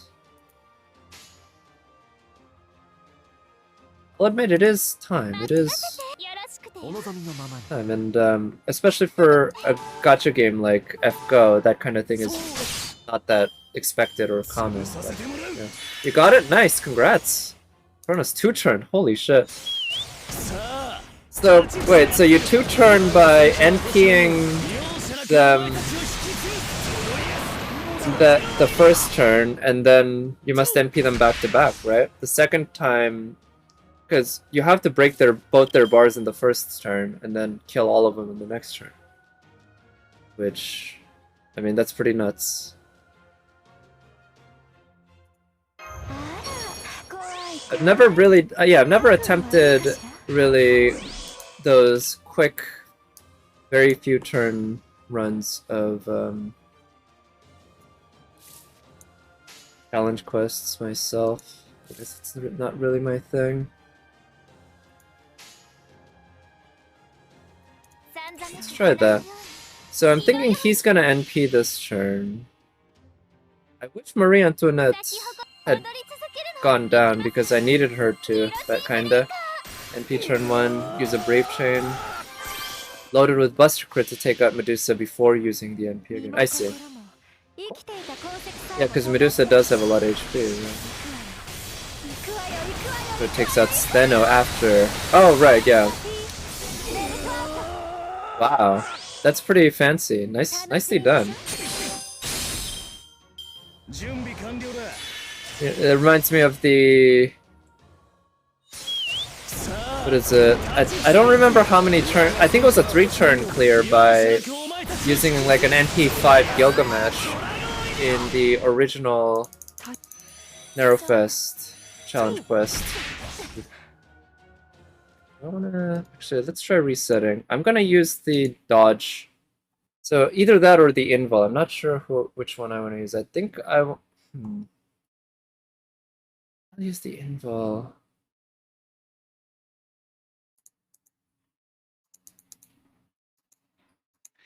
Yeah, so I can reduce Melt's cooldown and use her dodge, or I can use the invul.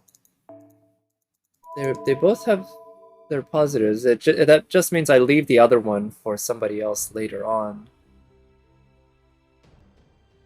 I could also do both and have Merlin survive. 5 break bar, Gil halfway through. Wait, you mean that was one of the story quests, right? Or which one are you talking about? Where they have a 5 break bar Gil that they remove? I remember there was one of the story quests in the Gilfest where you only had to break the first bar or something and the quest ended. But yeah, I don't know. The main quest for this event. Okay, yeah, that's what you meant. I see. Yeah. I mean, I was I won't say I was upset. I was pretty glad actually. I was fine with that myself. Right, fuck it, let's do both. Whatever. I think this run is scuffed anyway.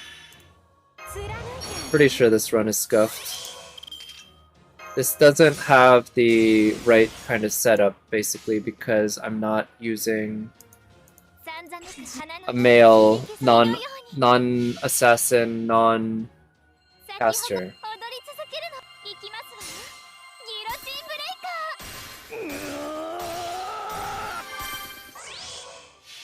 Doing a bar per turn, holy. Well, I mean, that's good, right? What, I'm guessing you use the Lancer, like Scott Hawk or Medusa Lily or something like that? Or maybe even Nagao Kagetora, right? You need a single target Lancer to do something like that.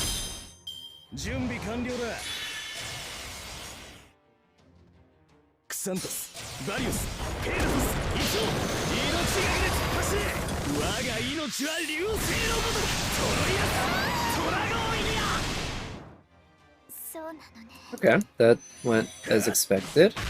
Nice. Okay, so he did not remove another of Melt's dodges there, so that's good.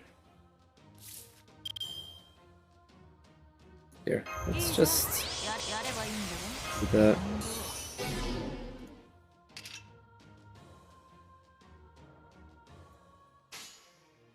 So Merlin's actually gonna die, but I'm gonna do that so that I can use Merlin's NP on Shiki.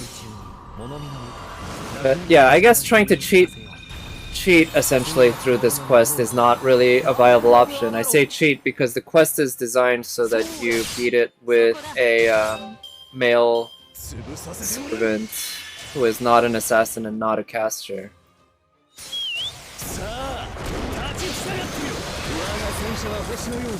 He punishes you like this by NPing every turn and also having a very high defense.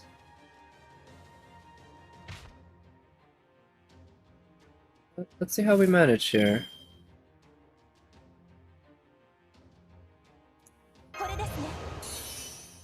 Yeah, we're down to our last 3, but we do have class advantage on 2 characters defensively. We have class advantage on 2 characters offensively. And some sources of defense, like say Jean's NP. Let's see if we can get Jean's NP up. Jean herself, again, has class advantage defensively, with her being a ruler. But that's not going to protect her for that long. It just occurred to me, you know what would have been absolutely nuts? And I'm pretty sure you can guess what I'm about to say. It would have been just absolutely crazy at that point if Shiki's NP insta-kill landed. That would have been just... I don't even know how I would have reacted to that if that happened. I would have been quite happy, I guess. I'll say that. That would have been the second time ever that I'd seen Shiki's insta-kill land on a servant. And the second time that it would have been Assassin Shiki. I've never once seen Saber Shiki's NP land on a servant. Or insta-kill land on a servant.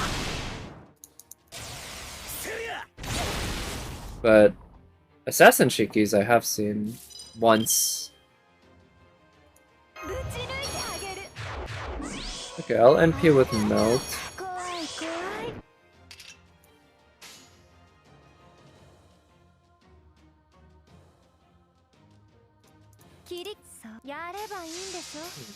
So this turn, Shiki's the only one who's gonna survive.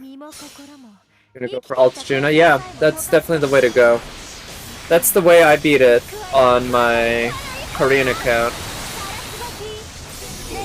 Sadly, I did not have my own Arjuna altar on my Korean account, but I had a friend who had like an NP2 Arjuna altar, and kinda had to use it. Summer BB. Yeah, that would work, but keep in mind, you don't need the card block, because with Arjuna Altar, if he puts you in a dual state, during the dual state, Arjuna Altar's cards are the only ones that are going to be available anyway. So you're always going to have a full Buster Brave Chain with him during the dual state. That's one of the things that just makes him so broken, or at least like ideal for this fight. Okay, this is the last turn. Either Shiki's insta-kill lands and we win, or we lose. I know which side I would bet on. Nope.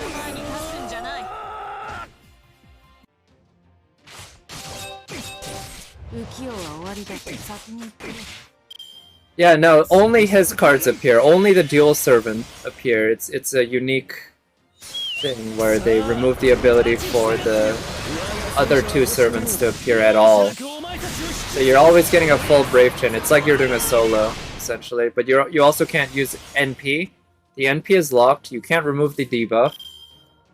So you're just permanently, you cannot use the NP, and you cannot use any skills at all whatsoever. Alright, this is the last turn now. For crit gen, yeah, that's what I was thinking. If I do this with Arjuna Alter, crit gen is definitely the way to go. And, you know, that for something like that.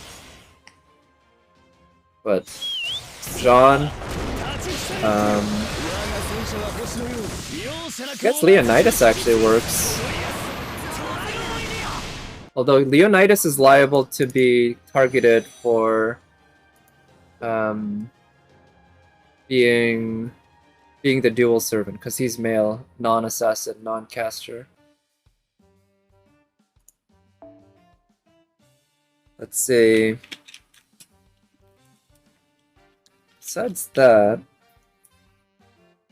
here, I'm gonna see if I can find a support Alter, because I have my own Arjuna Alter. There are much stronger Arjuna Alters out there than mine.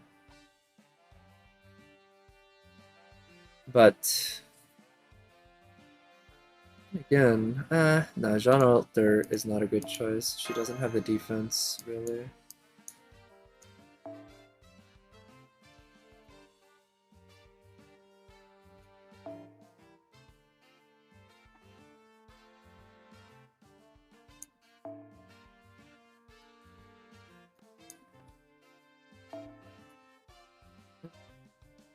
I am tempted to use a support Arjuna Alter, but that is the way I beat it in my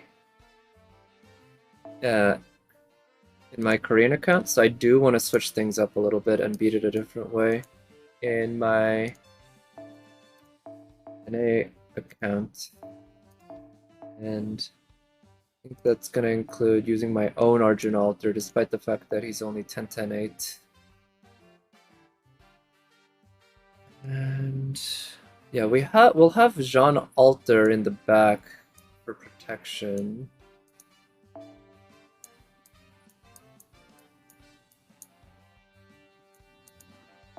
We'll have him in the front to die quickly. Oh no, Jean Alter doesn't work. Jean Alter doesn't work because she's female. I need a male. If I'm gonna do dueling, it has to be a male. Shit. Unfortunately, people really seem to want to put Arjuna Alter on and not want to put Alter on. I knew this was the thing that could happen, that Alter is rare enough that maybe whoever has him doesn't put their one maximum broken damage CE on their Alter, which means I don't get to take advantage of that Alter at all. Non-maximum broken one could work as well. It's just there's so many female servants, right? You can see that there's not a great selection of very powerful single target male servants that I can use for this.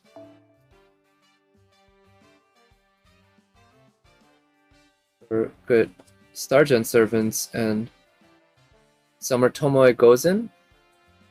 Oh. Well, I mean, she's not available in NA, right? I don't think she was out yet. I think she's next year, right? Definitely definitely would like to get her. I'll say that. How about this?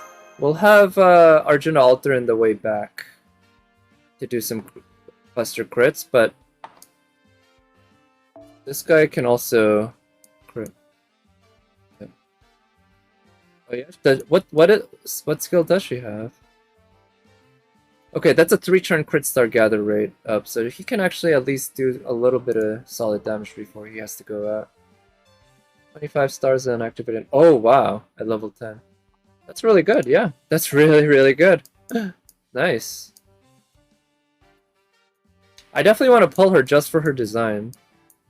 I think she's gorgeous. I really would love to get her. Let's see.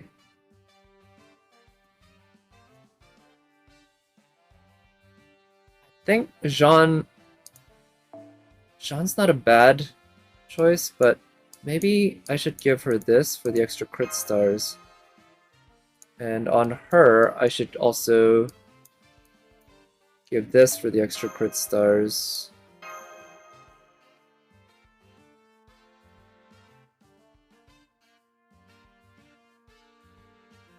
Yeah, let's try this and really hope that I can keep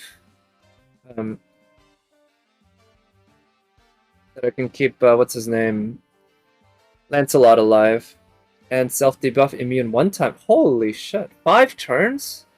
I mean, it's one time, but still, 5 turns is a lot. That's seems like a really good skill.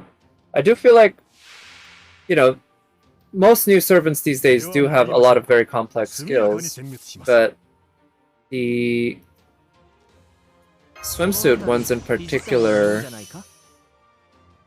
tended to have a lot of, yeah, pretty fancy advanced stuff, which I rather like.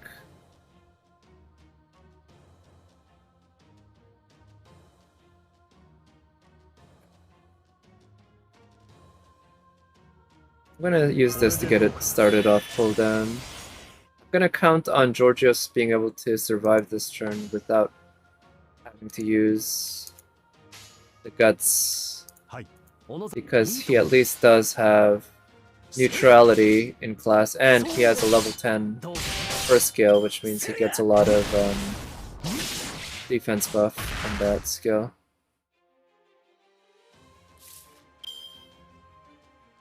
It's time to use that. Not a great set of cards, but one thing we can do is create crit stars for next turn by doing this, and that'll help out Merlin getting his P up as well. Nice, he's got his NP.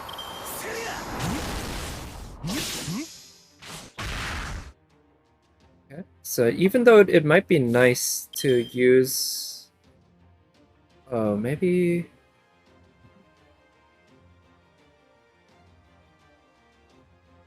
Let's do that. I want to help him get his NP back, NP up. 1 NP would be a nice difference maker. I'll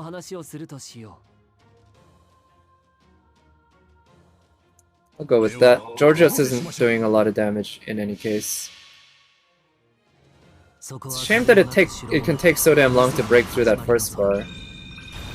This is kind of set up for after the first bar, but that said, I need Georgios to die kinda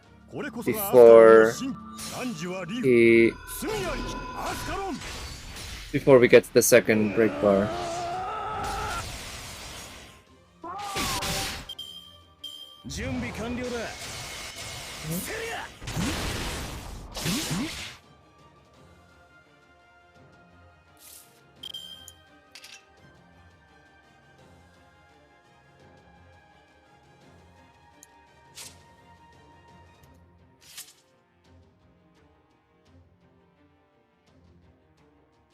Fuck it, I'm gonna use the cooldown reduction on Georgios. I need him to protect us for another couple turns. I want to save Merlin's invul for when Achilles actually NPs.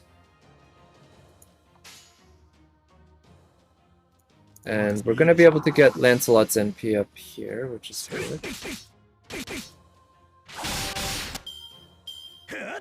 Maybe not. Shit.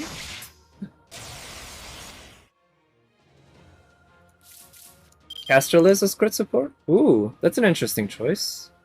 I can't remember the last time I actually used Casterliz, but she does provide some nice passive crit stars, as well as crit stars on demand.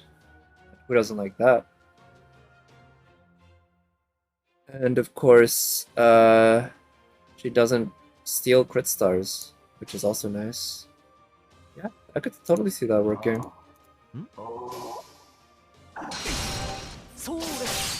And of course she also can put burn on the enemy, and she can also do a buster AoE NP, which who doesn't like those, right?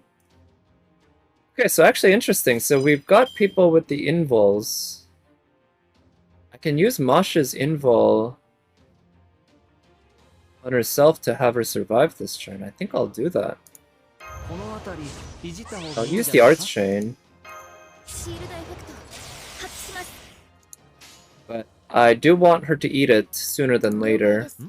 いい But と I も still need to break this guy's bar, and that's gonna require me to get somewhat lucky with some Lancelot cards. どうも NP doesn't work for the duel though. Yeah, so during the duel you can't use anyone's NP, whether it be your support or your damage dealer. But you can still use their NP before you get there, right? It's just the NP is gonna be debuff all to hell. And also, what is it? Yeah, it's gonna be debuffed all to hell, and you're not gonna have any damage buffs either. ステータス But, you know, 頑張ります。 just a little extra damage, I guess. Let's do this to help. 君の道行きを信じようさあ行きなさい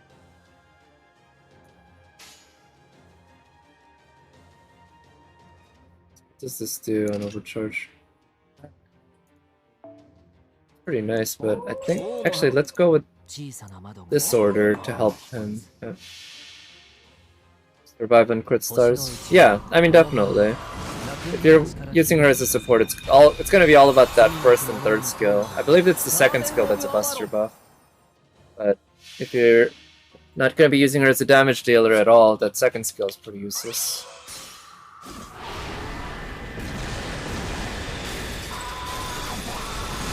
Alright, can we work our way through this guy's first break bar? Because, yeah, I don't care about using up Lancelot's NP, because I can't NP with him anyway, really.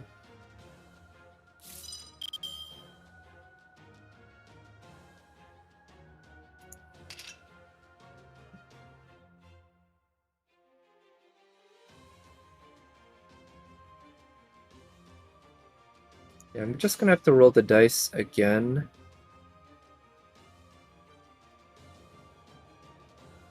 And let's use his cards to do more damage. I was hoping that would crit, I guess not. それはすべての傷、すべての怨恨を癒す我らが故郷。経験せよ、ロード・キャメロット。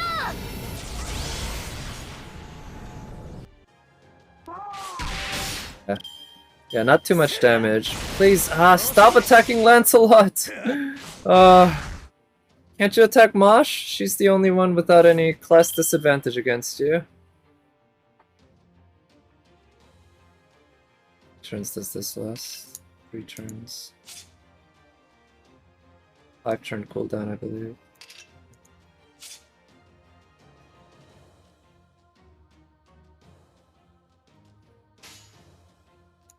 Here, let's keep eating away at that first break bar. I really, really want to get to that second stage, or second break bar. That said, I guess at least I do have Arjuna Altar at the back to help out, but it's just... I don't know if he can take out everything by himself. Okay, we're getting there, getting there. Please. Okay, yes, attack her.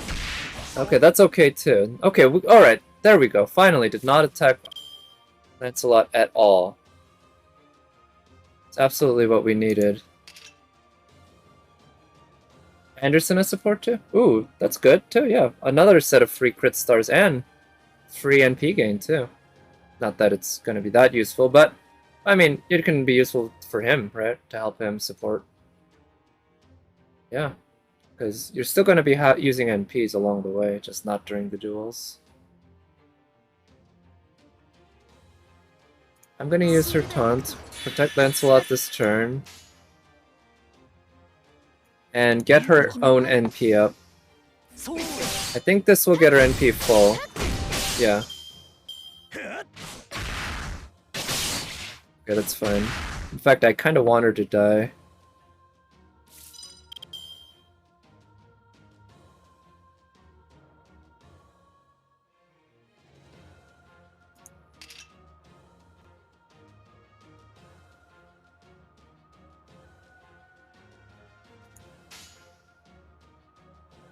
Shinmei, 会長。私は最悪。I think we need to use her NP. And we're gonna save Merlin's first skill for later because this way we can get his NP full, we can use his NP again, and then we can try to cycle his NP again using that first skill. It might be tough. I don't know. There's a lot of RNG here that can really mess things up for me. So let's find out. But at least with the defense buff, we'll be at a not a bad place. Masha's defense buff is, you know, pretty major. Huge difference maker. Okay, now let's... Unfortunately, I'm just gonna have to go for protecting everyone. And that does mean Mosh is gonna survive.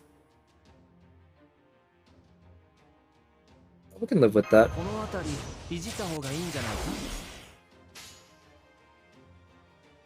And I'm actually gonna see if I can break his bar this turn. No, I'm not gonna be able to, but we're making progress. Still making progress. It's just... Oh man. This fight is pretty stressful and it's tough, and I still haven't broken that bar, but we're getting there.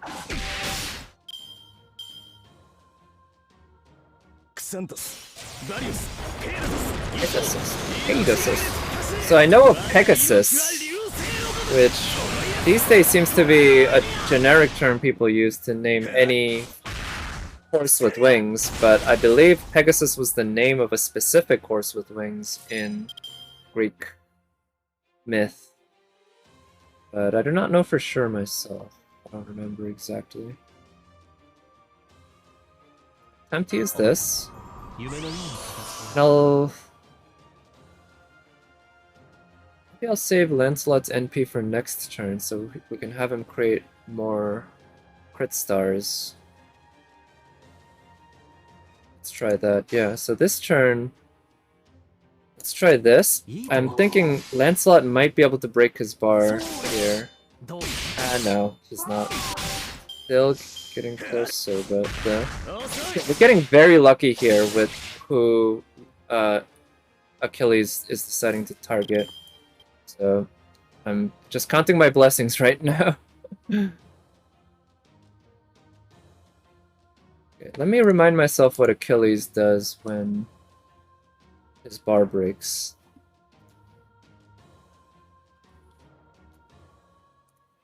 Follow along right here. That's not the right one. So that's Exhibition 1, that's this one. Mephistopheles. Checks Altar. Midori Comet, yeah. Oh, that they're using Midori. Midori means green. Okay, that's why. But it's Achilles. So first break bar, increase on crit strength and crit rate by 50%. Charm resist. Okay, he doesn't do anything too crazy.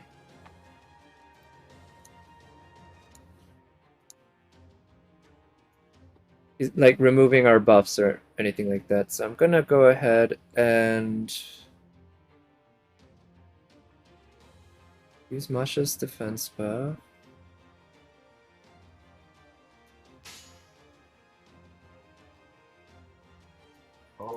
Let's do that. Yeah, let's just try to break his bar. I think we got it.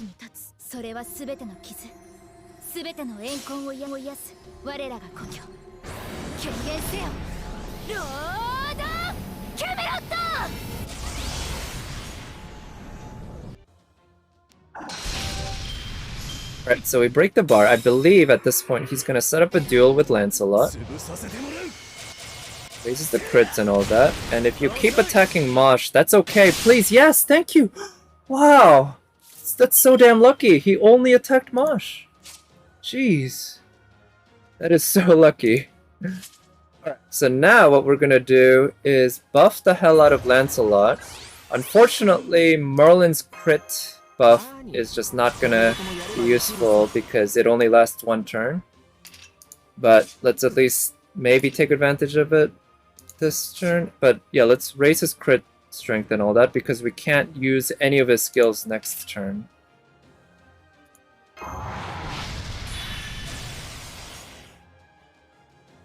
Let's use this to raise his crit drop rate. I don't need to Yeah, that doesn't matter. Although I could use it for this turn, but I don't think I have enough crit stars right now to make it matter. And then what we'll do is this to set up and try to make a lot of crit stars. Now, I might have normally raised the crit star or raised this overcharge of Merlin's NP because that gives an extra 5 crit stars. But I figured that with Lancelot's overcharge, he just straight up raises his attack strength. So, you know, between higher crit chance and higher damage, I was thinking that I have a pretty good shot at guaranteeing crits, or at least getting close to it, so maybe just buffing the damage is more worth it. But let's see. Okay, there we go. It also doubles the length of these cooldowns.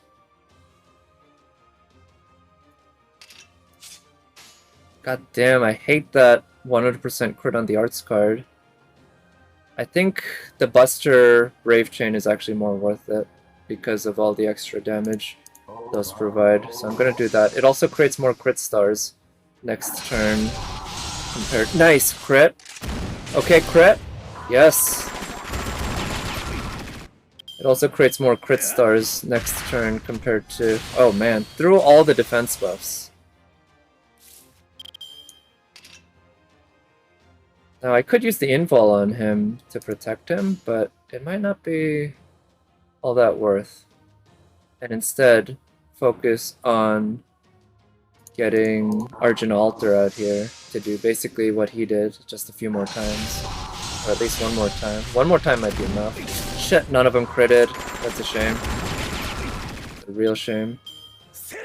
Anyway, there he goes.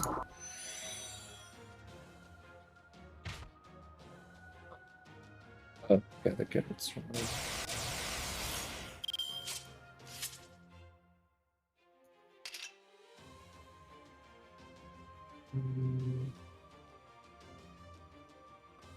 I'm gonna save Jean's first skill for once Argent Altar comes out. Now, I'm actually not 100% sure, but I think Achilles is gonna use his NP this turn. But I'm actually gonna chicken out and roll the dice. If he uses NP this turn, then we have the opportunity to get Argent Altar by using invuls on both Jean and Merlin. But I'm also wondering, maybe I should use Jean's stun to stop him from... Yeah, but actually I don't think... Yeah, let's use Jean's stun. That way, that'll delay one turn, which I kind of want, because that helps get Merlin's skills off cooldown one more turn, and that can be a difference maker here. Yeah. Also, oh, do I have Mosh's taunt off cooldown anytime soon? Because if I do, if I have that off cooldown next turn, I can use it, and that, I believe, will force Achilles not to use his NP charge skill, just attack Mosh and hopefully kill her. She has low H, well, not that low, but yeah. Oh yeah, her taunt is off cooldown.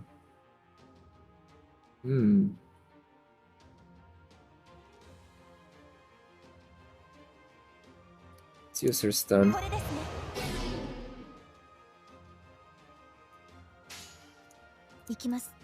Next turn, we can use Masha's taunts to prevent him from NPing, and that way it's one more turn of Merlin getting skills off cooldown.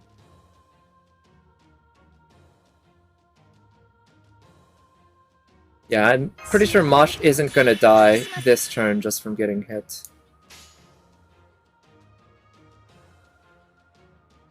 But as much as I kind of want to save Mosh's NP for next turn, I think it's actually worth using this turn.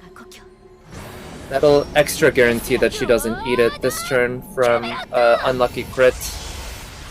And I want that Arts Chain for Jean to charge her NP a little further.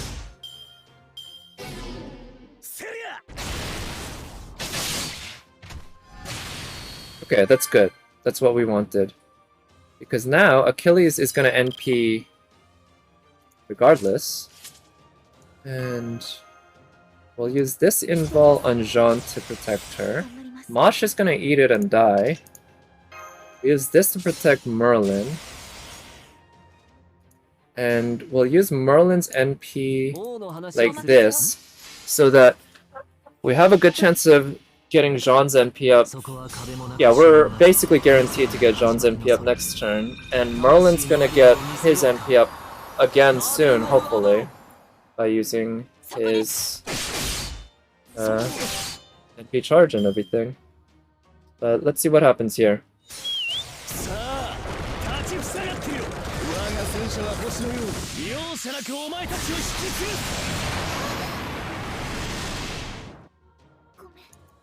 Okay. Was what we kind of wanted to happen. Now we got Arjuna Alter. Looks like he's not in a dual state yet. So we're gonna wait on buffing him too much.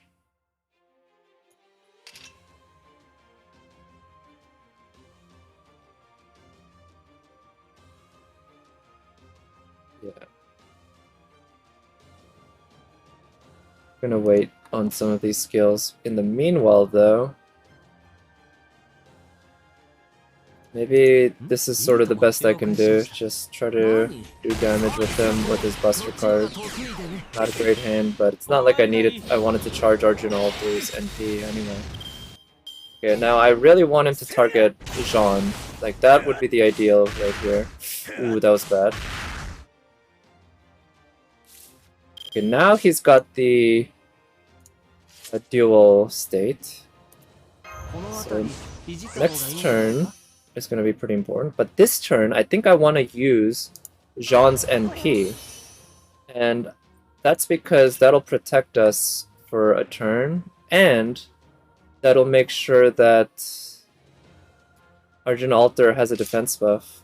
I don't think it's really going to matter, but still use it. Yeah, that doesn't matter. I can also use Merlin's invul. But anyway, let's use these skills to set him up for the duel. I really wish I could use Merlin's NP right now.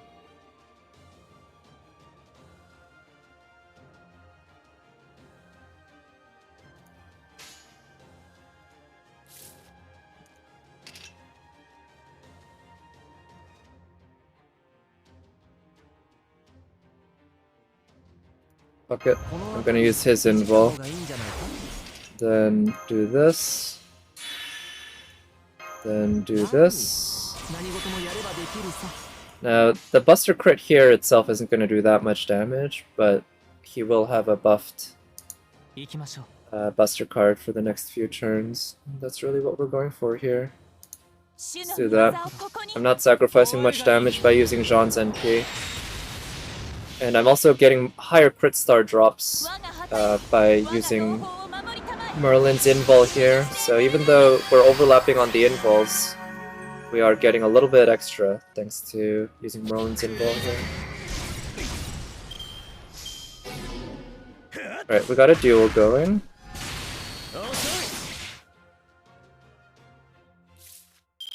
Right? Where's the duel? Oh, the debuff got removed. Shit. I completely forgot about that part. Okay, well, that means we lost out on. We're losing out on one turn of damage. Shit, that sucks. Right, I forgot that that counts as a debuff, and you actually can remove it, huh? Well, we're gonna have to hope that Arjuna Alter can survive this turn. But next turn is basically, yeah, it's Death or Glory. Arjuna Alter has to kill him on that turn, and I know for a fact he can. But will he, with all the buffs that I have on him? I don't know. But it all comes down to this, basically. He's gonna die. And after he dies, I have no other way of dealing, like, significant damage to him. And these debuffs are unremovable, so there's no point. Well, let's hope for some good luck here. I have roughly a 50-50 chance that both of those are going to crit. A little less. First two. Okay, we got that one. And it's okay, they're all gonna crit, but I don't think this is gonna be strong enough. Yeah, without waivers, without help from waiver, crit buff, Arjun Alter, this just doesn't do enough damage. And he's dead here. Unfortunately, he doesn't have the guts. Yeah, got pretty unlucky. Now let's see how long these two can hold off. But without any sort of ability to deal significant damage to him, it's gonna go pretty quickly.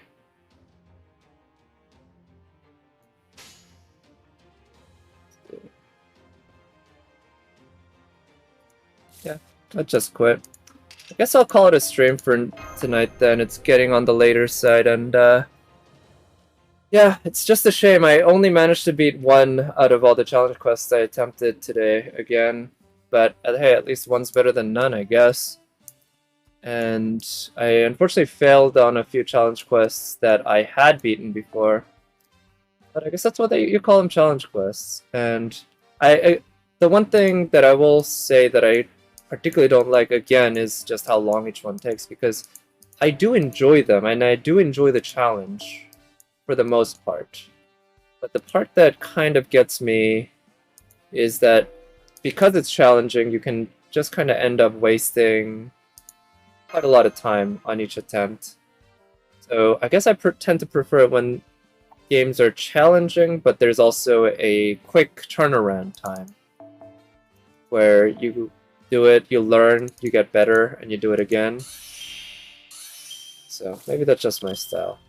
Anyway, here is my either 4 or 3 turn,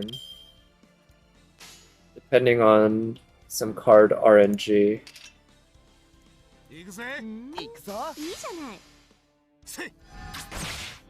Wait, you love StarCraft? Is this the wrong chat? Or what do you mean? Is StarCraft...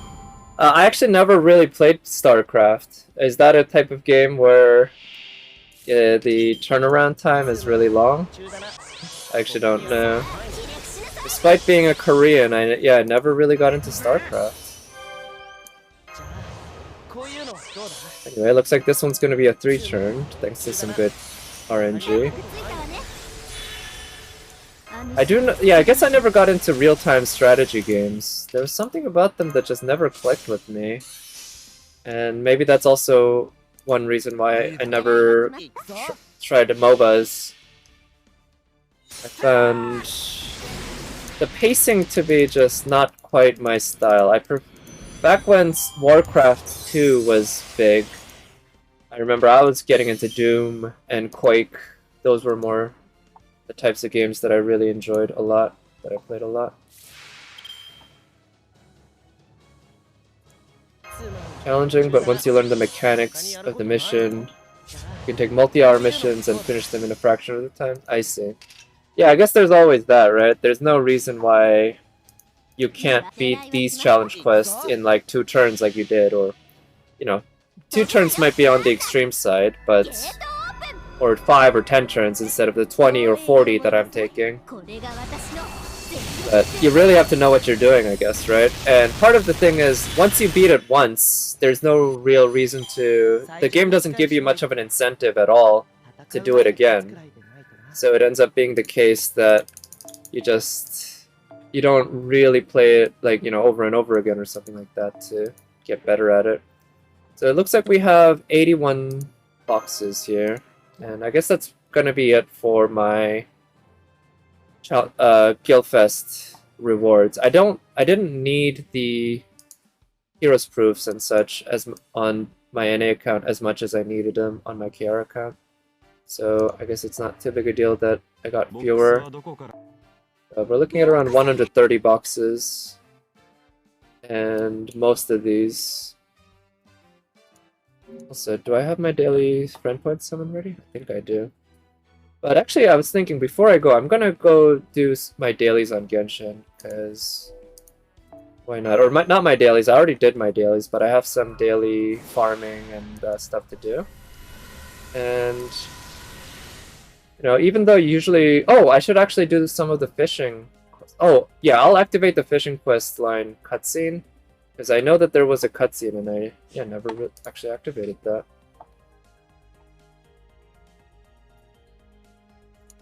Because I try to do as much of Genshin events as possible on いらっしゃいだ stream. ねマスターくん。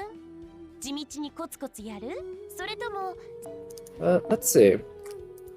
How many lures am I at? 11 on my NA account now. And how am I doing in terms of the other materials? Right, so I somehow pulled him NP2.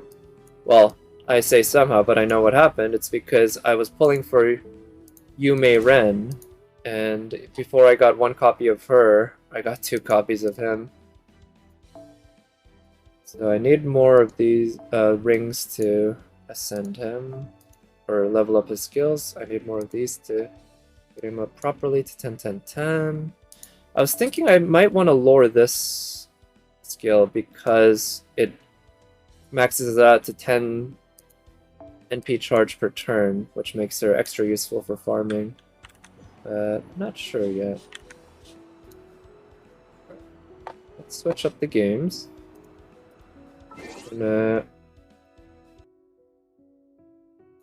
change my resolution. Okay. And let me change my stream title and everything. Short, fishing, stream. And change it to Genshin. And maybe next year I'll be able to beat some of these challenge quests in NA in particular. I'm thinking what is it? Achilles challenge quest is actually, I like it quite a bit. I like the structure of it. I think it's pretty well done. And it's actually quite fun working it out and making it work. That's kind of a funny way to put things, but I think that's a true way of putting things. And I am kind of disappointed, not gonna lie, that I didn't manage to beat it in my NA account. Because I think I could if I attempted more. But I don't want to be ungrateful for all the content that they're giving us, but I guess the fact that we have so many quests given to us and only 2 weeks to do all of them, which, that's a decent amount of time for a lot of people, a lot of gamers, but I guess for me, given my other priorities, it tends not to... Let's just say completing challenge quests in FGO is not that high of a priority in my life, so I end up putting it off compared to other things, and as a result, I do not complete some of them because I don't figure them out in time and everything.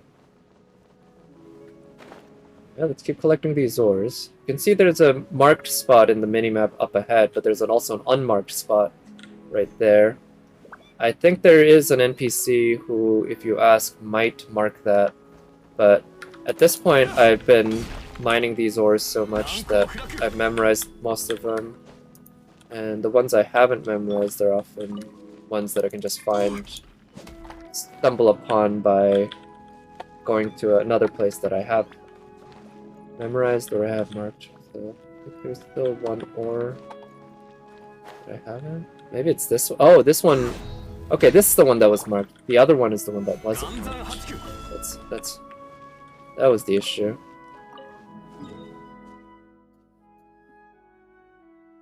So now we're gonna go pick up some artifacts.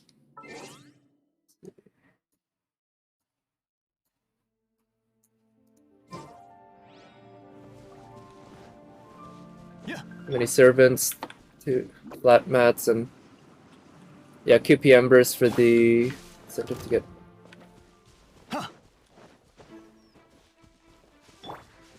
Yeah, okay, so yeah, I see what you mean. When you have Gilfest going on, you don't want to spend your time actually working through the challenge quests, mostly, right? You want to spend your time actually farming.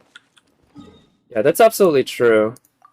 Although in my case, and I'm sure for many people, that I'm more limited by apples. I didn't completely optimize just for apples. If I did that, I would have done like 4, 5, 6 turn comps, which would have taken too long, because I actually run a macro on an emulator on my PC, and it's not a particularly smart macro. In fact, it's not at all smart. All it does is do a bunch of button presses, touchpad presses, I guess, or touchscreen presses. But that also means it can't adjust to whatever RNG there is, so it has to be strict 100% 3-turn. Or do something like what I did there, where I do RNG based 1 or 2-turn and then do a 100% 2-turn. Finish off the last 2 waves. But I didn't want to have to just like sit there and actually manually farm it by figuring everything out. So, or there. FGO Lua? What is that? That sounds... Lua. Lua is a that's like a platform of automation, right? That is kind of like a macro recorder, isn't it? Lua? I think I've heard of Lua, but I didn't know there was a FGO specific version of that. That sounds neat. I mean, that sounds perfect, because FGO is not exactly a complicated game when it comes to figuring out what you need to press. There aren't that many options. It's purely turn-based, and you always know exactly where every single button is. It's a scripting language? Yeah? So is it on the phone, like Android, or for like an emulator? Maybe I'll check it out. Yeah, the macro system that I've been using works pretty well, but like I said, it's not smart.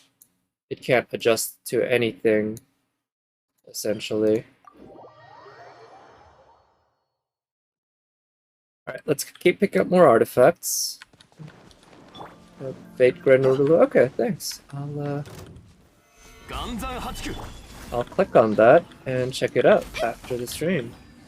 Or maybe not directly after, but at some point. Because I'm not in a hurry to automate anything in FGO now, because we're not getting another lottery event until Christmas. Is this thing? Okay. Oh, nice. Yeah, that's a much cleaner looking thing. But yeah, thanks again. Yeah. Wonder how, yeah, I don't, like, we'll see how much, like, I'm thinking the macro system that I use does work well enough. So depending on the amount of time investment it takes, maybe it won't be too hard, maybe it'll be too easy, maybe it will be, depending on how intelligent I am and how intelligent I'm feeling and how motivated I'm feeling. But we have until Christmas, right? Until Christmas, really, because no more lottery events until then. And Christmas, I am hoping that I'll be able to go ham. Fittingly enough for Christmas, I guess, because I know the Christmas lottery does offer very nice materials. I need giant's rings. I won't have to script much of anything from scratch. Oh. Okay, yeah, that's encouraging. Thanks. That makes perfect sense, because there are a lot of FGO fans online. I am one of them. And I've seen the communities that exist.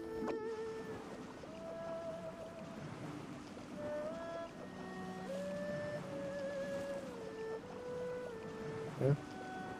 The artifact collecting every day is kind of relaxing, these routes. I like how you don't have to actually mine the ores. Your node skills and targets, preferred support, etc. I see. Yeah, the preferred support, that's one thing that's interesting. I imagine it has some sort of image recognition or something to allow it to do that. Because, of course, when I do it, I actually have to manually select the support to make sure. Either I have to manually select it, or I just have to not use the exact support, or I have to set up something where it's not reliant on a friend support, which isn't always possible. おさわり禁止 Okay, so it does use some sort of image recognition. That's really nice, and that's definitely the kind of stuff that I could not figure out on my own, or at least unless it was my job to do so or something, I wouldn't be motivated to figure it out on my own. Because I mean, I do some programming in my job. It's not a programming specific job, but by the nature of mathematical or analytical work, there is plenty of programming. But I'm not a programming expert by any means, and image recognition isn't something that I've actually ever really played around with. Yeah, so yeah, that's really nice. Looking forward to at least checking it out and seeing how much benefit I can get from it. Because if I can just put on FGO in the background while I watch stuff, or watch streams or Netflix or play Genshin Impact to farm instead of actually doing the farming myself, that's a win. It's just funny to me that because DW, or while you sleep, oof.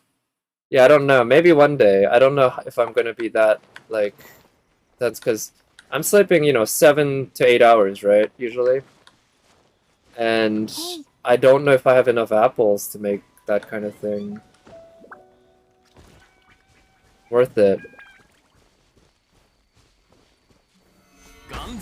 But yeah, I guess it's a one way to use those hours without, because otherwise, what am I going to be doing? I'm sleeping and dreaming. It's not like actually running the macro hurts my sleep, right? At worst, my computer is on when I sleep versus when I'm sleeping. I always put my computer to sleep when I sleep. But it's not like the computer keeps me up. It's not that loud. Yeah, depending on things, I might end up using it like that. Alright, let's do that. He threw his shield. Oh. Now, let's kill the slimes. And we'll use Ganyu auto attacks because her cryo attacks, of course, do not work on these guys. And let's use her attacks now, get that pyro damage going. You might actually attempt this weekend? Oh, really? Well, I mean, good luck with that if you do. But is there something that made you want to check it out now? Because, yeah, I know this game is definitely not for everyone, and when I first started it, I wasn't that into it, but as I kept playing, I've really come to like it. Oh, right around launch? Yeah. Yeah, I started about a week after launch, and it took me at least a couple months of playing before I really got into it. Playing every day. Prime Gaming, yeah, there is a Prime Gaming bonus. I don't know about the details of each specific month. They started in like July, I think, June or July, and I collected 2 months worth of Prime Gaming rewards, I think. So I do know they have that. But I would say, ideally, the thing that would keep you in the game is a waifu that you really like, right? I feel like for me, that's what keeps me into any gacha game. But I only play 2 gacha games. I've touched other gacha games, but the last time I played, like, as in even opened the app of a different gacha game, is at least a year ago, I'm pretty sure, back when Sino Alice came out. I remember I tried to get into Sino Alice, just couldn't do it. Just didn't find it interesting, even though the art was pretty.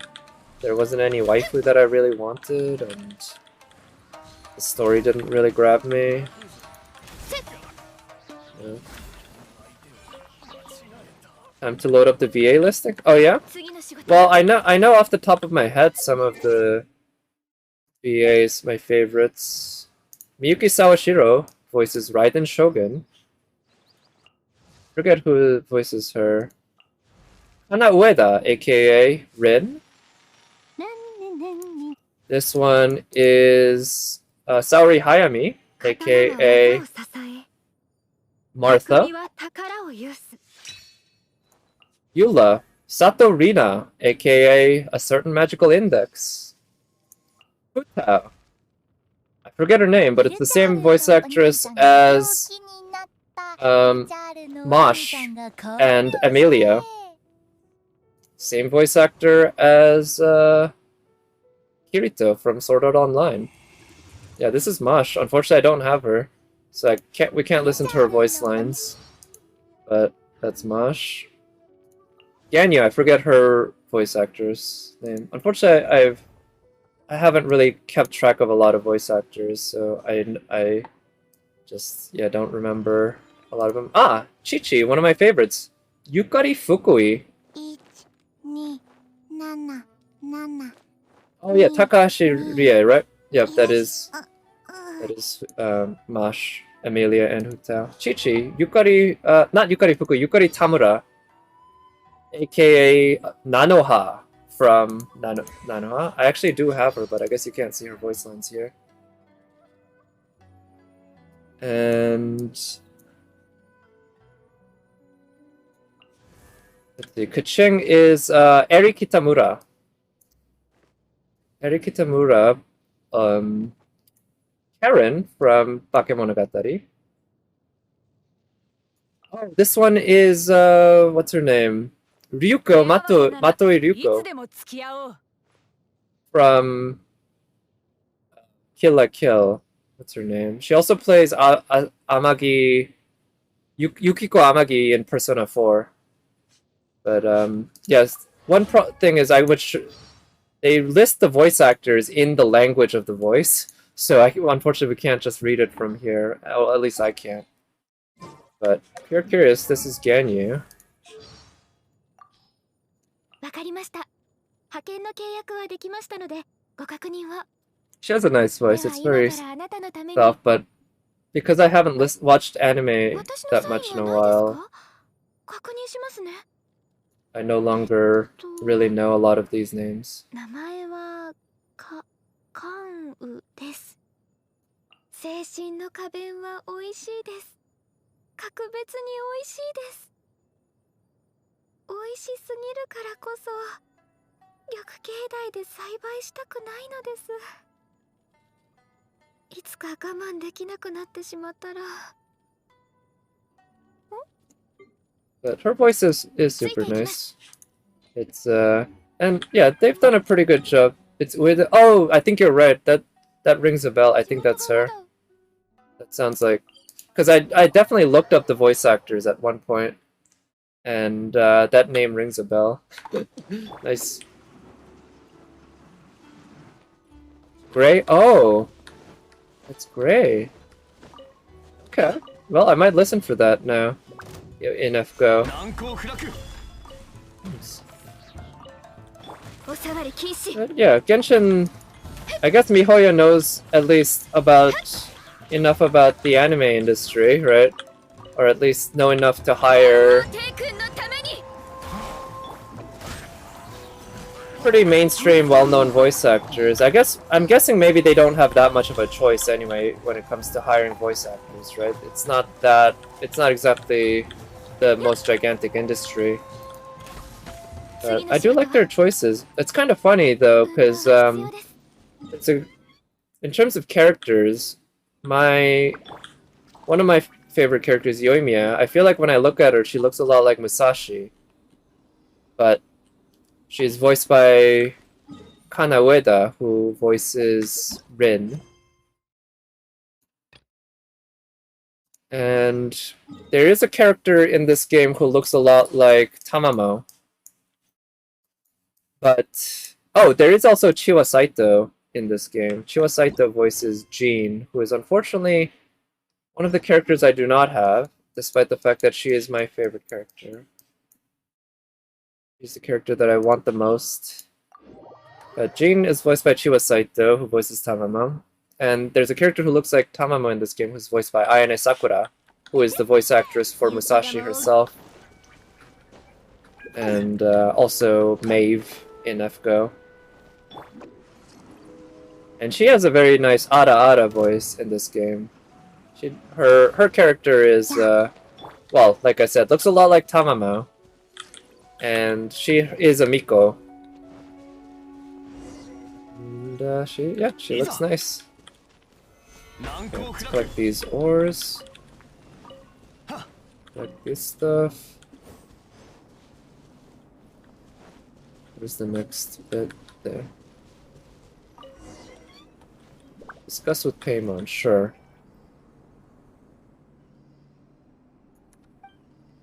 Huh. Strange. These cutscenes look like they should be voiced because they have static cameras, but they're not, huh? Where's the treasure? Can I just go right up to him? Okay, yeah, but I guess they want me to sneak. Hey, this is boring. There's no actual challenge to this. All I'm doing is just following him slowly. I hate it when this game has bits like that where they force you to just start walking slowly. Okay, let's hide. Oh shit, did I get too far away? Oh no, I think I got there. Shabby rock, hidden ore. Oh, the fossil, nice. Okay, they're very stupid. Alright, now we just kill them. Or I guess with treasure hoarders, it's technically not considered killing because they have a teleport away animation. But if you do it this way, it basically looks like you killed them.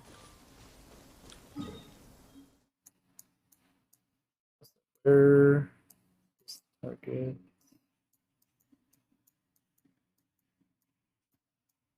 Oh, here. Also, I just noticed I have some ore in Mondstadt that I haven't mined yet. I should do that.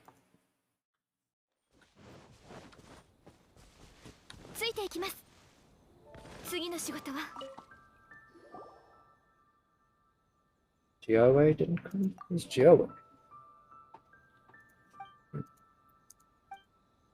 Oh, these are the fishing folk. Okay,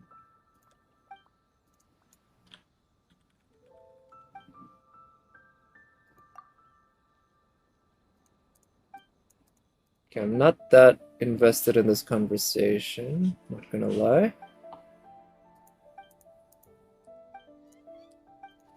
The story in this event, this fishing event, isn't that interesting. I guess a lot of that's one thing I will criticize about Genshin. There's plenty I criticize about Genshin, but I also do like to give it plenty of praise as well, and plenty of slack because it does do a lot of things very well. But one of the things I will criticize is that a lot of the stories and a lot of the side quests, in particular, have very overlong dialogue that just take too long. Mona is Koharu Konomi. Oh yeah, is that that name doesn't ring a bell for me, I guess, but maybe she must be somebody who's big that I just don't know then. But yeah, her voice is super nice. I have Mona. She's very nice. Everything about her is really nice in my opinion. Especially her ass. Yeah. But she is her voice is nice and it's cute. Is Koharu Konomi, was that a voice actress who was in that show Love is War? I feel like I might have heard that name associated with that anime. I never watched that anime, but I did see some bits of it, clips. And the dance, of course. Dangerous monsters. Harami. Oh, she's Chika. Okay, nice. She's the dancer. Chika Chika? Chika Chika? Yeah. Okay. That makes sense. That's a... I could hear that. I could hear that. Oh, wait. there's magical crystal ore here? This might be a one-time thing, because, yeah, they never... In Mushoku Tensei. Sorry, unfortunately that doesn't ring a bell for me. I don't know that show. What is Tensei? No, Tensai means angel or something, right? Tensei I don't think means angel. But yeah, unfortunately I don't know that show. Part of me wishes I still really watched anime. And at times I've attempted to get into it again, but I don't know why. It's like, to be honest, it's not just anime, it's like I have a hard time really getting into TV shows these days, too. Jobless reincarnation. Oh, is that another isekai? I guess these days, if it's an anime that's at all popular, it's probably like a 50-50 shot that it's an isekai, right? Oh, there's more ore here. But I was thinking about that today, how anime, I feel like, has had at least multiple waves of various genres or tropes that kind of dominate or become very popular at a certain point in time. You know, nothing official or anything like that, but I feel like in the 90s, and all the way until today, but probably started in the 80s actually, but was definitely particularly blew up in the 90s and 2000s and keeps going into today is the harem anime, right? Like, harem wasn't always a thing in anime, but there's plenty of it. Cute girls doing cute things, certainly, yeah. That's been a big thing in the 2000s into even all the way to today. Mecha has always been a thing, I guess, right? It waxes and wanes. But how incest was big for a while. You know, Tsukihime, for instance, predates most incest anime, and Tsukihime prominently features an incest route. But that's not an anime itself, right? But and I'm thinking of how Love Hina had, at the very end, out of nowhere came a little sister. Now this one was a adopted little sister, so they didn't go all the way, but it also had an incest route in that one. But I feel like with Oreimo, around that time, incest like kind of blew up as like a super common thing. Not an anime, yeah. Well, I do like the Tsukihime anime. I'm a fan of that, but that one does not have the Akiha route, sadly. And yeah, so you got like harem, incest, and such, and then isekai. But I'm thinking how like harem and incest kind of take reality, but then put a lot of fantasy into it. But it's not supernatural, right? You're just kind of making it like, okay, what if all these hot girls liked you, even though you're just kind of a boring loser, and you get to hang out, and you know, there's also all sorts of, you know, whatever, just romantic comedy mischief, or drama, depending on the case or whatever. And different shows take it different ways. Like, you know, Nice Boat is also always a possibility, right? But isekai almost kind of takes it way too far, where you take like a normal situation and then remove everything but the main character and then rebuild the entire world around him, right? It's just kind of taking sort of wish fulfillment to maybe not its logical conclusion, but to the next level. And I wonder what the next wave will be in anime. Tsukihime was a Giri Imoto, you're correct, I forgot about that. Well, I didn't quite forget, I just didn't think of it at the moment, but yes, Akiha is a stepsister, because the real brother is your, I like to call him your non-biological evil twin. I'm not sure I understand. Uh-oh, Siri misheard me and thought I was asking her for something. Fish out of water, as far as... Yeah, I guess that you can call it that.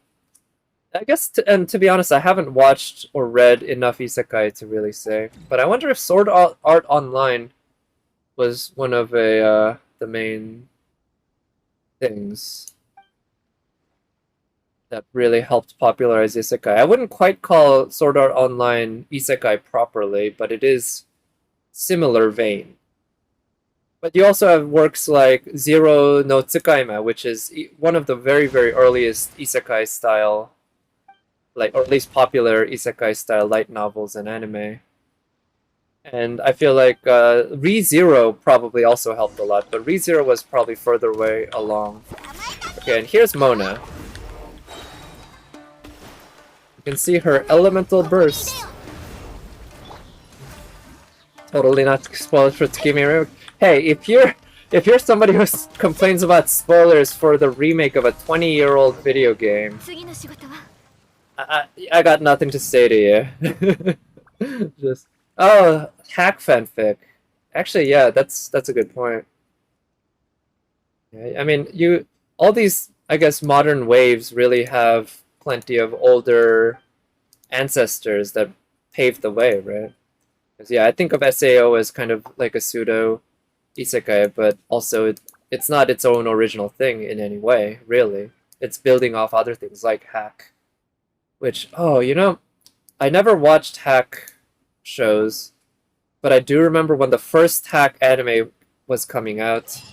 Didn't it have Kalafina as music or something? I don't remember exactly, but I remember I was just kind of getting into anime around the time the very, very first hack anime was coming out. I had no idea what it was about, but I remember watching the first episode, or at least part of it, and being kind of fascinated. And the music was also pretty fascinating to me. B-Train and Fiction Junction? Oh yeah? Okay. Those were the musicians or something?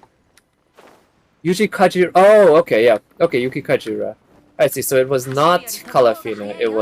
But it was the same composer, basically. That's why I thought. All right, good to know that I don't have a completely bad ear for music. All right, actually, let's use Mona. Oh man, I'm so happy I got Mona. So pretty. She's quite fun to play. I'll give her that. Oh shit.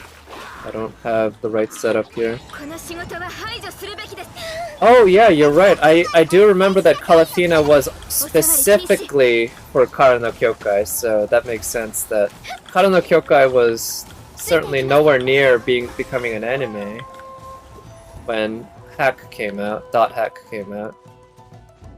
So Kalafina did not exist in any form back then.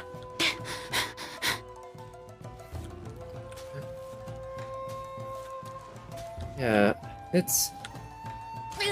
The Kara no Kyokai anime is also a whole other kind of funny thing to think about. It's, like, people do identify it very strongly with the Kalafina music for good reason. They used it to great effect. And... Okay, come on. I don't have what it takes to eat through this guy's shield, and usually these guys stop bothering you once you go away far enough. Okay, finally we got there. At what cost? But Kalafina and Yuki Kajiura's music in general, I feel like it's a very distinctive style that I don't feel like I hear that style anywhere else. I'm sure there are other musicians that have very similar ones, but I haven't heard them. And how now when I think of Kara no Kyokai, it's not just the books, it's not just the character or art and everything. There's a lot of association with that music.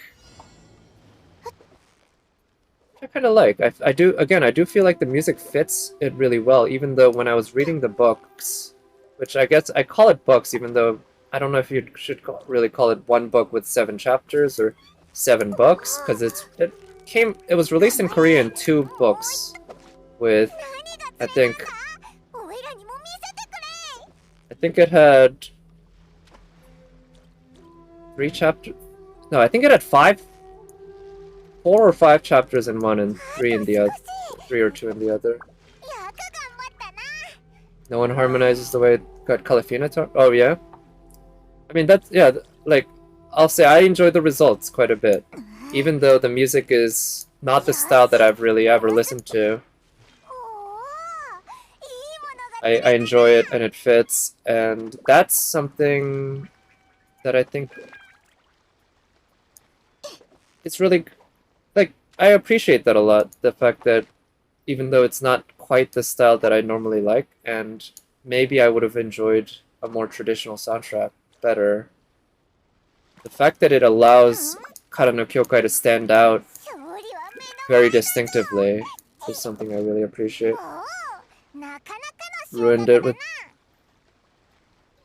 Oh really? So I did hear that they disbanded. I remember hearing it, in the anime news community when they did.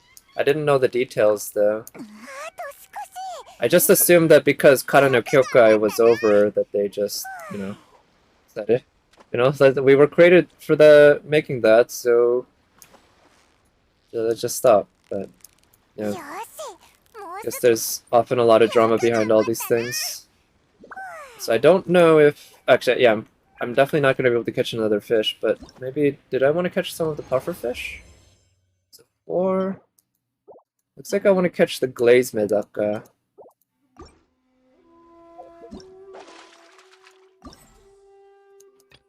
Okay, I need to catch 5. I'll save that for another time.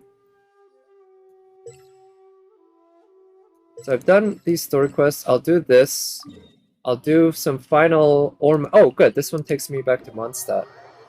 And I'll do some ore mining and then call it a stream. Paimon is Kaga-ai. Oh! Right, that name rings a bell, but... Yeah.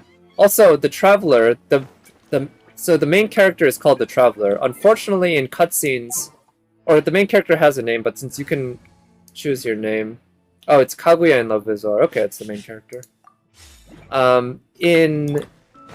So you can choose a male or a female. I don't know who the male voice actor is, but the female voice actress is Aoi Yuki, which isn't bad, but in cutscenes, your character basically never speaks.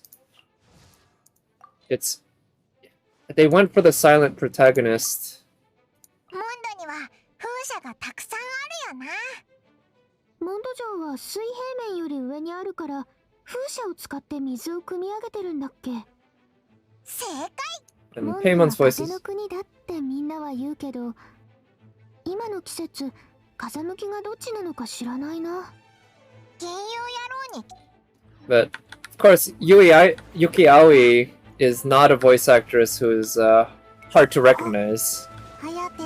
As in, her voice is quite distinctive, quite nice, and I really wish we could hear it in her cutscenes, in the game cutscenes.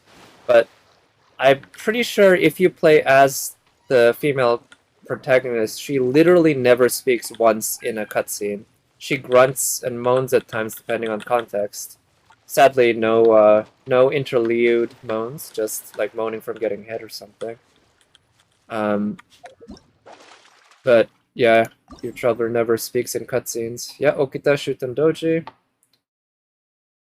Very great. One of my favorite voice actresses to listen to. Anyway, her voice is so nice. 2 consecutive catches. Okay, so I just need to guarantee that I actually catch consecutively. I don't know what bait these guys need, but they're all the same type. Oh, I think that scared that one away.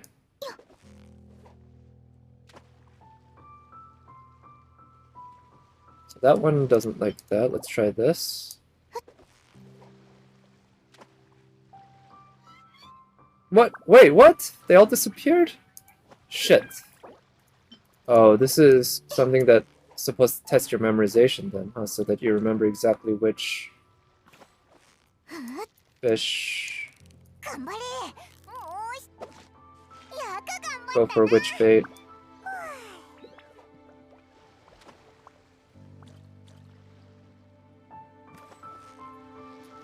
Yeah, I don't know how the streak system here works, but just try to keep the consecutive going. It's gonna be hard to shoot that far.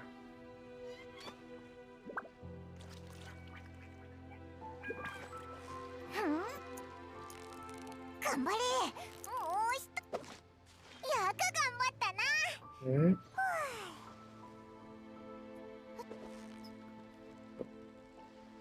That.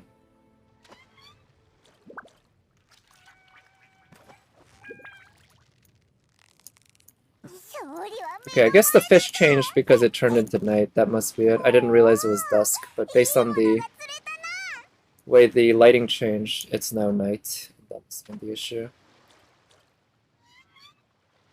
Okay, but the day would have been way better because there's so many of all the same type of fish. なかなかの収穫だな。 If I want to catch this one, I don't want to get it too close or else it'll... Oh shit, I scared it away. It's not gonna count then.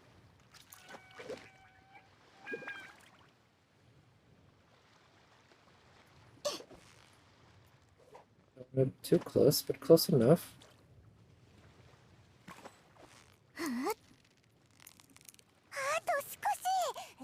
Okay, we got 6 consecutive catches now.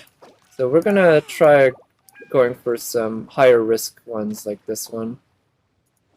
Because these bigger ones are somewhat more valuable for our uses. But they do take longer. This one I actually might not be able to catch in the 20-something seconds I have. But let's see. This one tends not to be too difficult. Just take a while.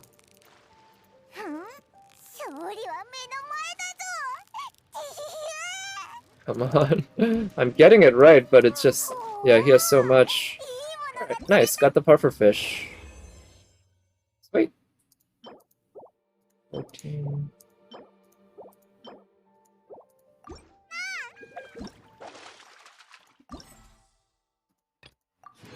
Okay, got those. Oh, actually, reminds me, because I do like to do all my pulls on stream. And I recently got some of these, so let me just do these pulls. I think I'm close to pity for 4 stars, so I might have a shot at getting one here. Nope, guess not. Let's see what my pity is anyway. 6. So I've done 8 now, so one of the next 2 pulls is guaranteed to be a 4 star. And there is a soft pity at the 9th pull, which means you get a very high rate. I believe it's roughly 50% chance of pulling a 4 star on your 9th pull after the previous 4 star. And it's 100% on the 10th one. Oh man, this pity is... it's so funny going from the world of FGO to the world of Genshin. And seeing people complain about how, unfair the gacha is. And, I mean, to be fair, it's gacha. It's terrible. So I get it. But at the same time, compared to how RNG can treat you in FGO versus in this, night and day, right? Yeah. Absolutely. I mean, and... it's not like Genshin is strictly better, right? Because there is the one issue that...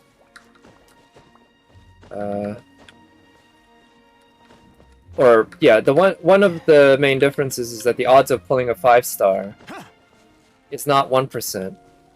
It's 0.6%. So the odds of pulling any 5 star is lower than the odds of pulling the one specific rate up 5 star in FGO. So the odds that you're gonna get, like, really, super lucky is lower. It's the odds that you're gonna get, triple 5 star or whatever. Not very high, although it's happened. I've seen it happen.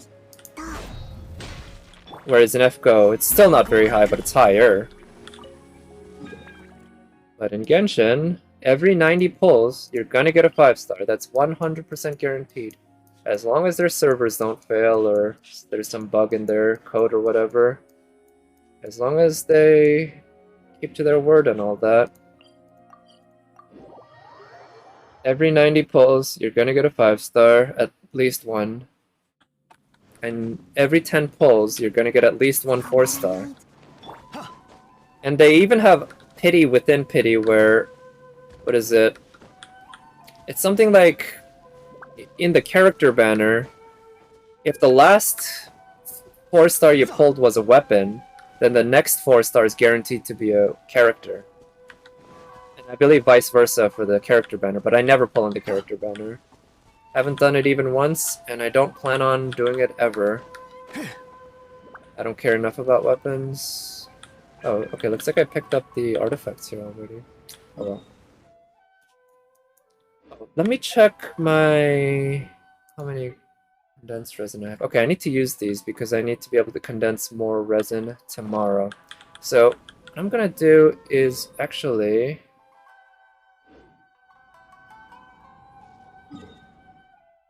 here's what I'll do. I'm gonna farm artifacts. I don't really need talent books or weapon essential materials right now, and Mora and EXP isn't exactly high in need either, but I'm still looking for good ER artifacts for, what is it? Emblem of Severed Fate artifacts, basically, for my beta. So I'm gonna run this 4 times. We'll see what we get.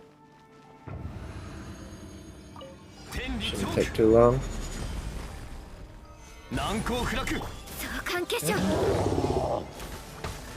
So this is the end game grind in Genshin, and at least they gave us a grind versus FGO, which I guess FGO it's more about collecting and making sure you have a well-rounded set of characters and constantly getting more, and that feeds your QP addiction, forcing you to level up your skills. In Genshin, it's about investing a lot into one character, but being beholden to an absolutely brutal RNG scheme of artifacts. This is bad. This is like, I mean, at least it's not the same as gacha because you're not going for characters, but in terms of RNG, it's way worse than any gacha. And ER main stat, but substats are not terrible. Pyro, ER, why couldn't this not be the other set? The other set is the one I want this Emblem of Severed Fate on. Pyro with ER, who could I even use that on? Pyro. I guess if I decided to put two-piece emblem on... No, I could try using it on someone like... what's his name? Bennett. But on Bennett, I definitely want Noblesse. So, oh no, what is something wrong, or just commiserating with my bad RNG? I'm guessing you're still working on your challenge quests, because I did see it a lot. Okay, let's get rid of the Abyss Mage. Condolences. Okay, that's fine. The thing with Genshin is you get used to it. The RNG in the artifact is so bad that, like, you see me running this and you see me get 2 drops, right? And that's normal. Like, I'm not expecting to get like a good piece until I run this at least 50 times. And it wouldn't be unusual to run it even 100 times. It's just the RNG is so brutal. Not much hope for completing much more. Yeah, well, you still got a couple hours left, but then again, it's probably more about the challenge level, right, at this point. You'll probably get 1 or 2 more done, depending. Badge. Those substats are so good, but why does it have to be HP? It's the main stat. I'll hold on to it, because this actually could be really good on certain characters. But... yeah. The attack, or like on a circlet, you want crit as the main stat. Almost always. It's very rare you want anything else. And especially on that set, you want attack more so than HP. It would have to basically be an off-piece, I guess. It could work on... yeah, it could work on Zhongli, I guess, but Zhongli, I'm pretty sure you want a crit on 大 that. 石禁止 But Zhongli does scale off HP. Sure. Let's kill you. ついて That shield. Alright, let's finish this off with you and you.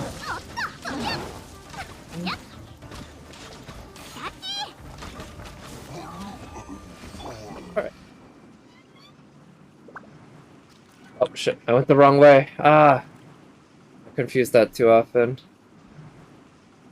If they just teleport you right into the middle and then they'd give you the reward right in the middle of the map. That would save, actually, to be honest, quite a lot of time for most players. Like, over the course of the entire life of the game, probably at least an hour. This one could be good. This one could be good. Not great, but good.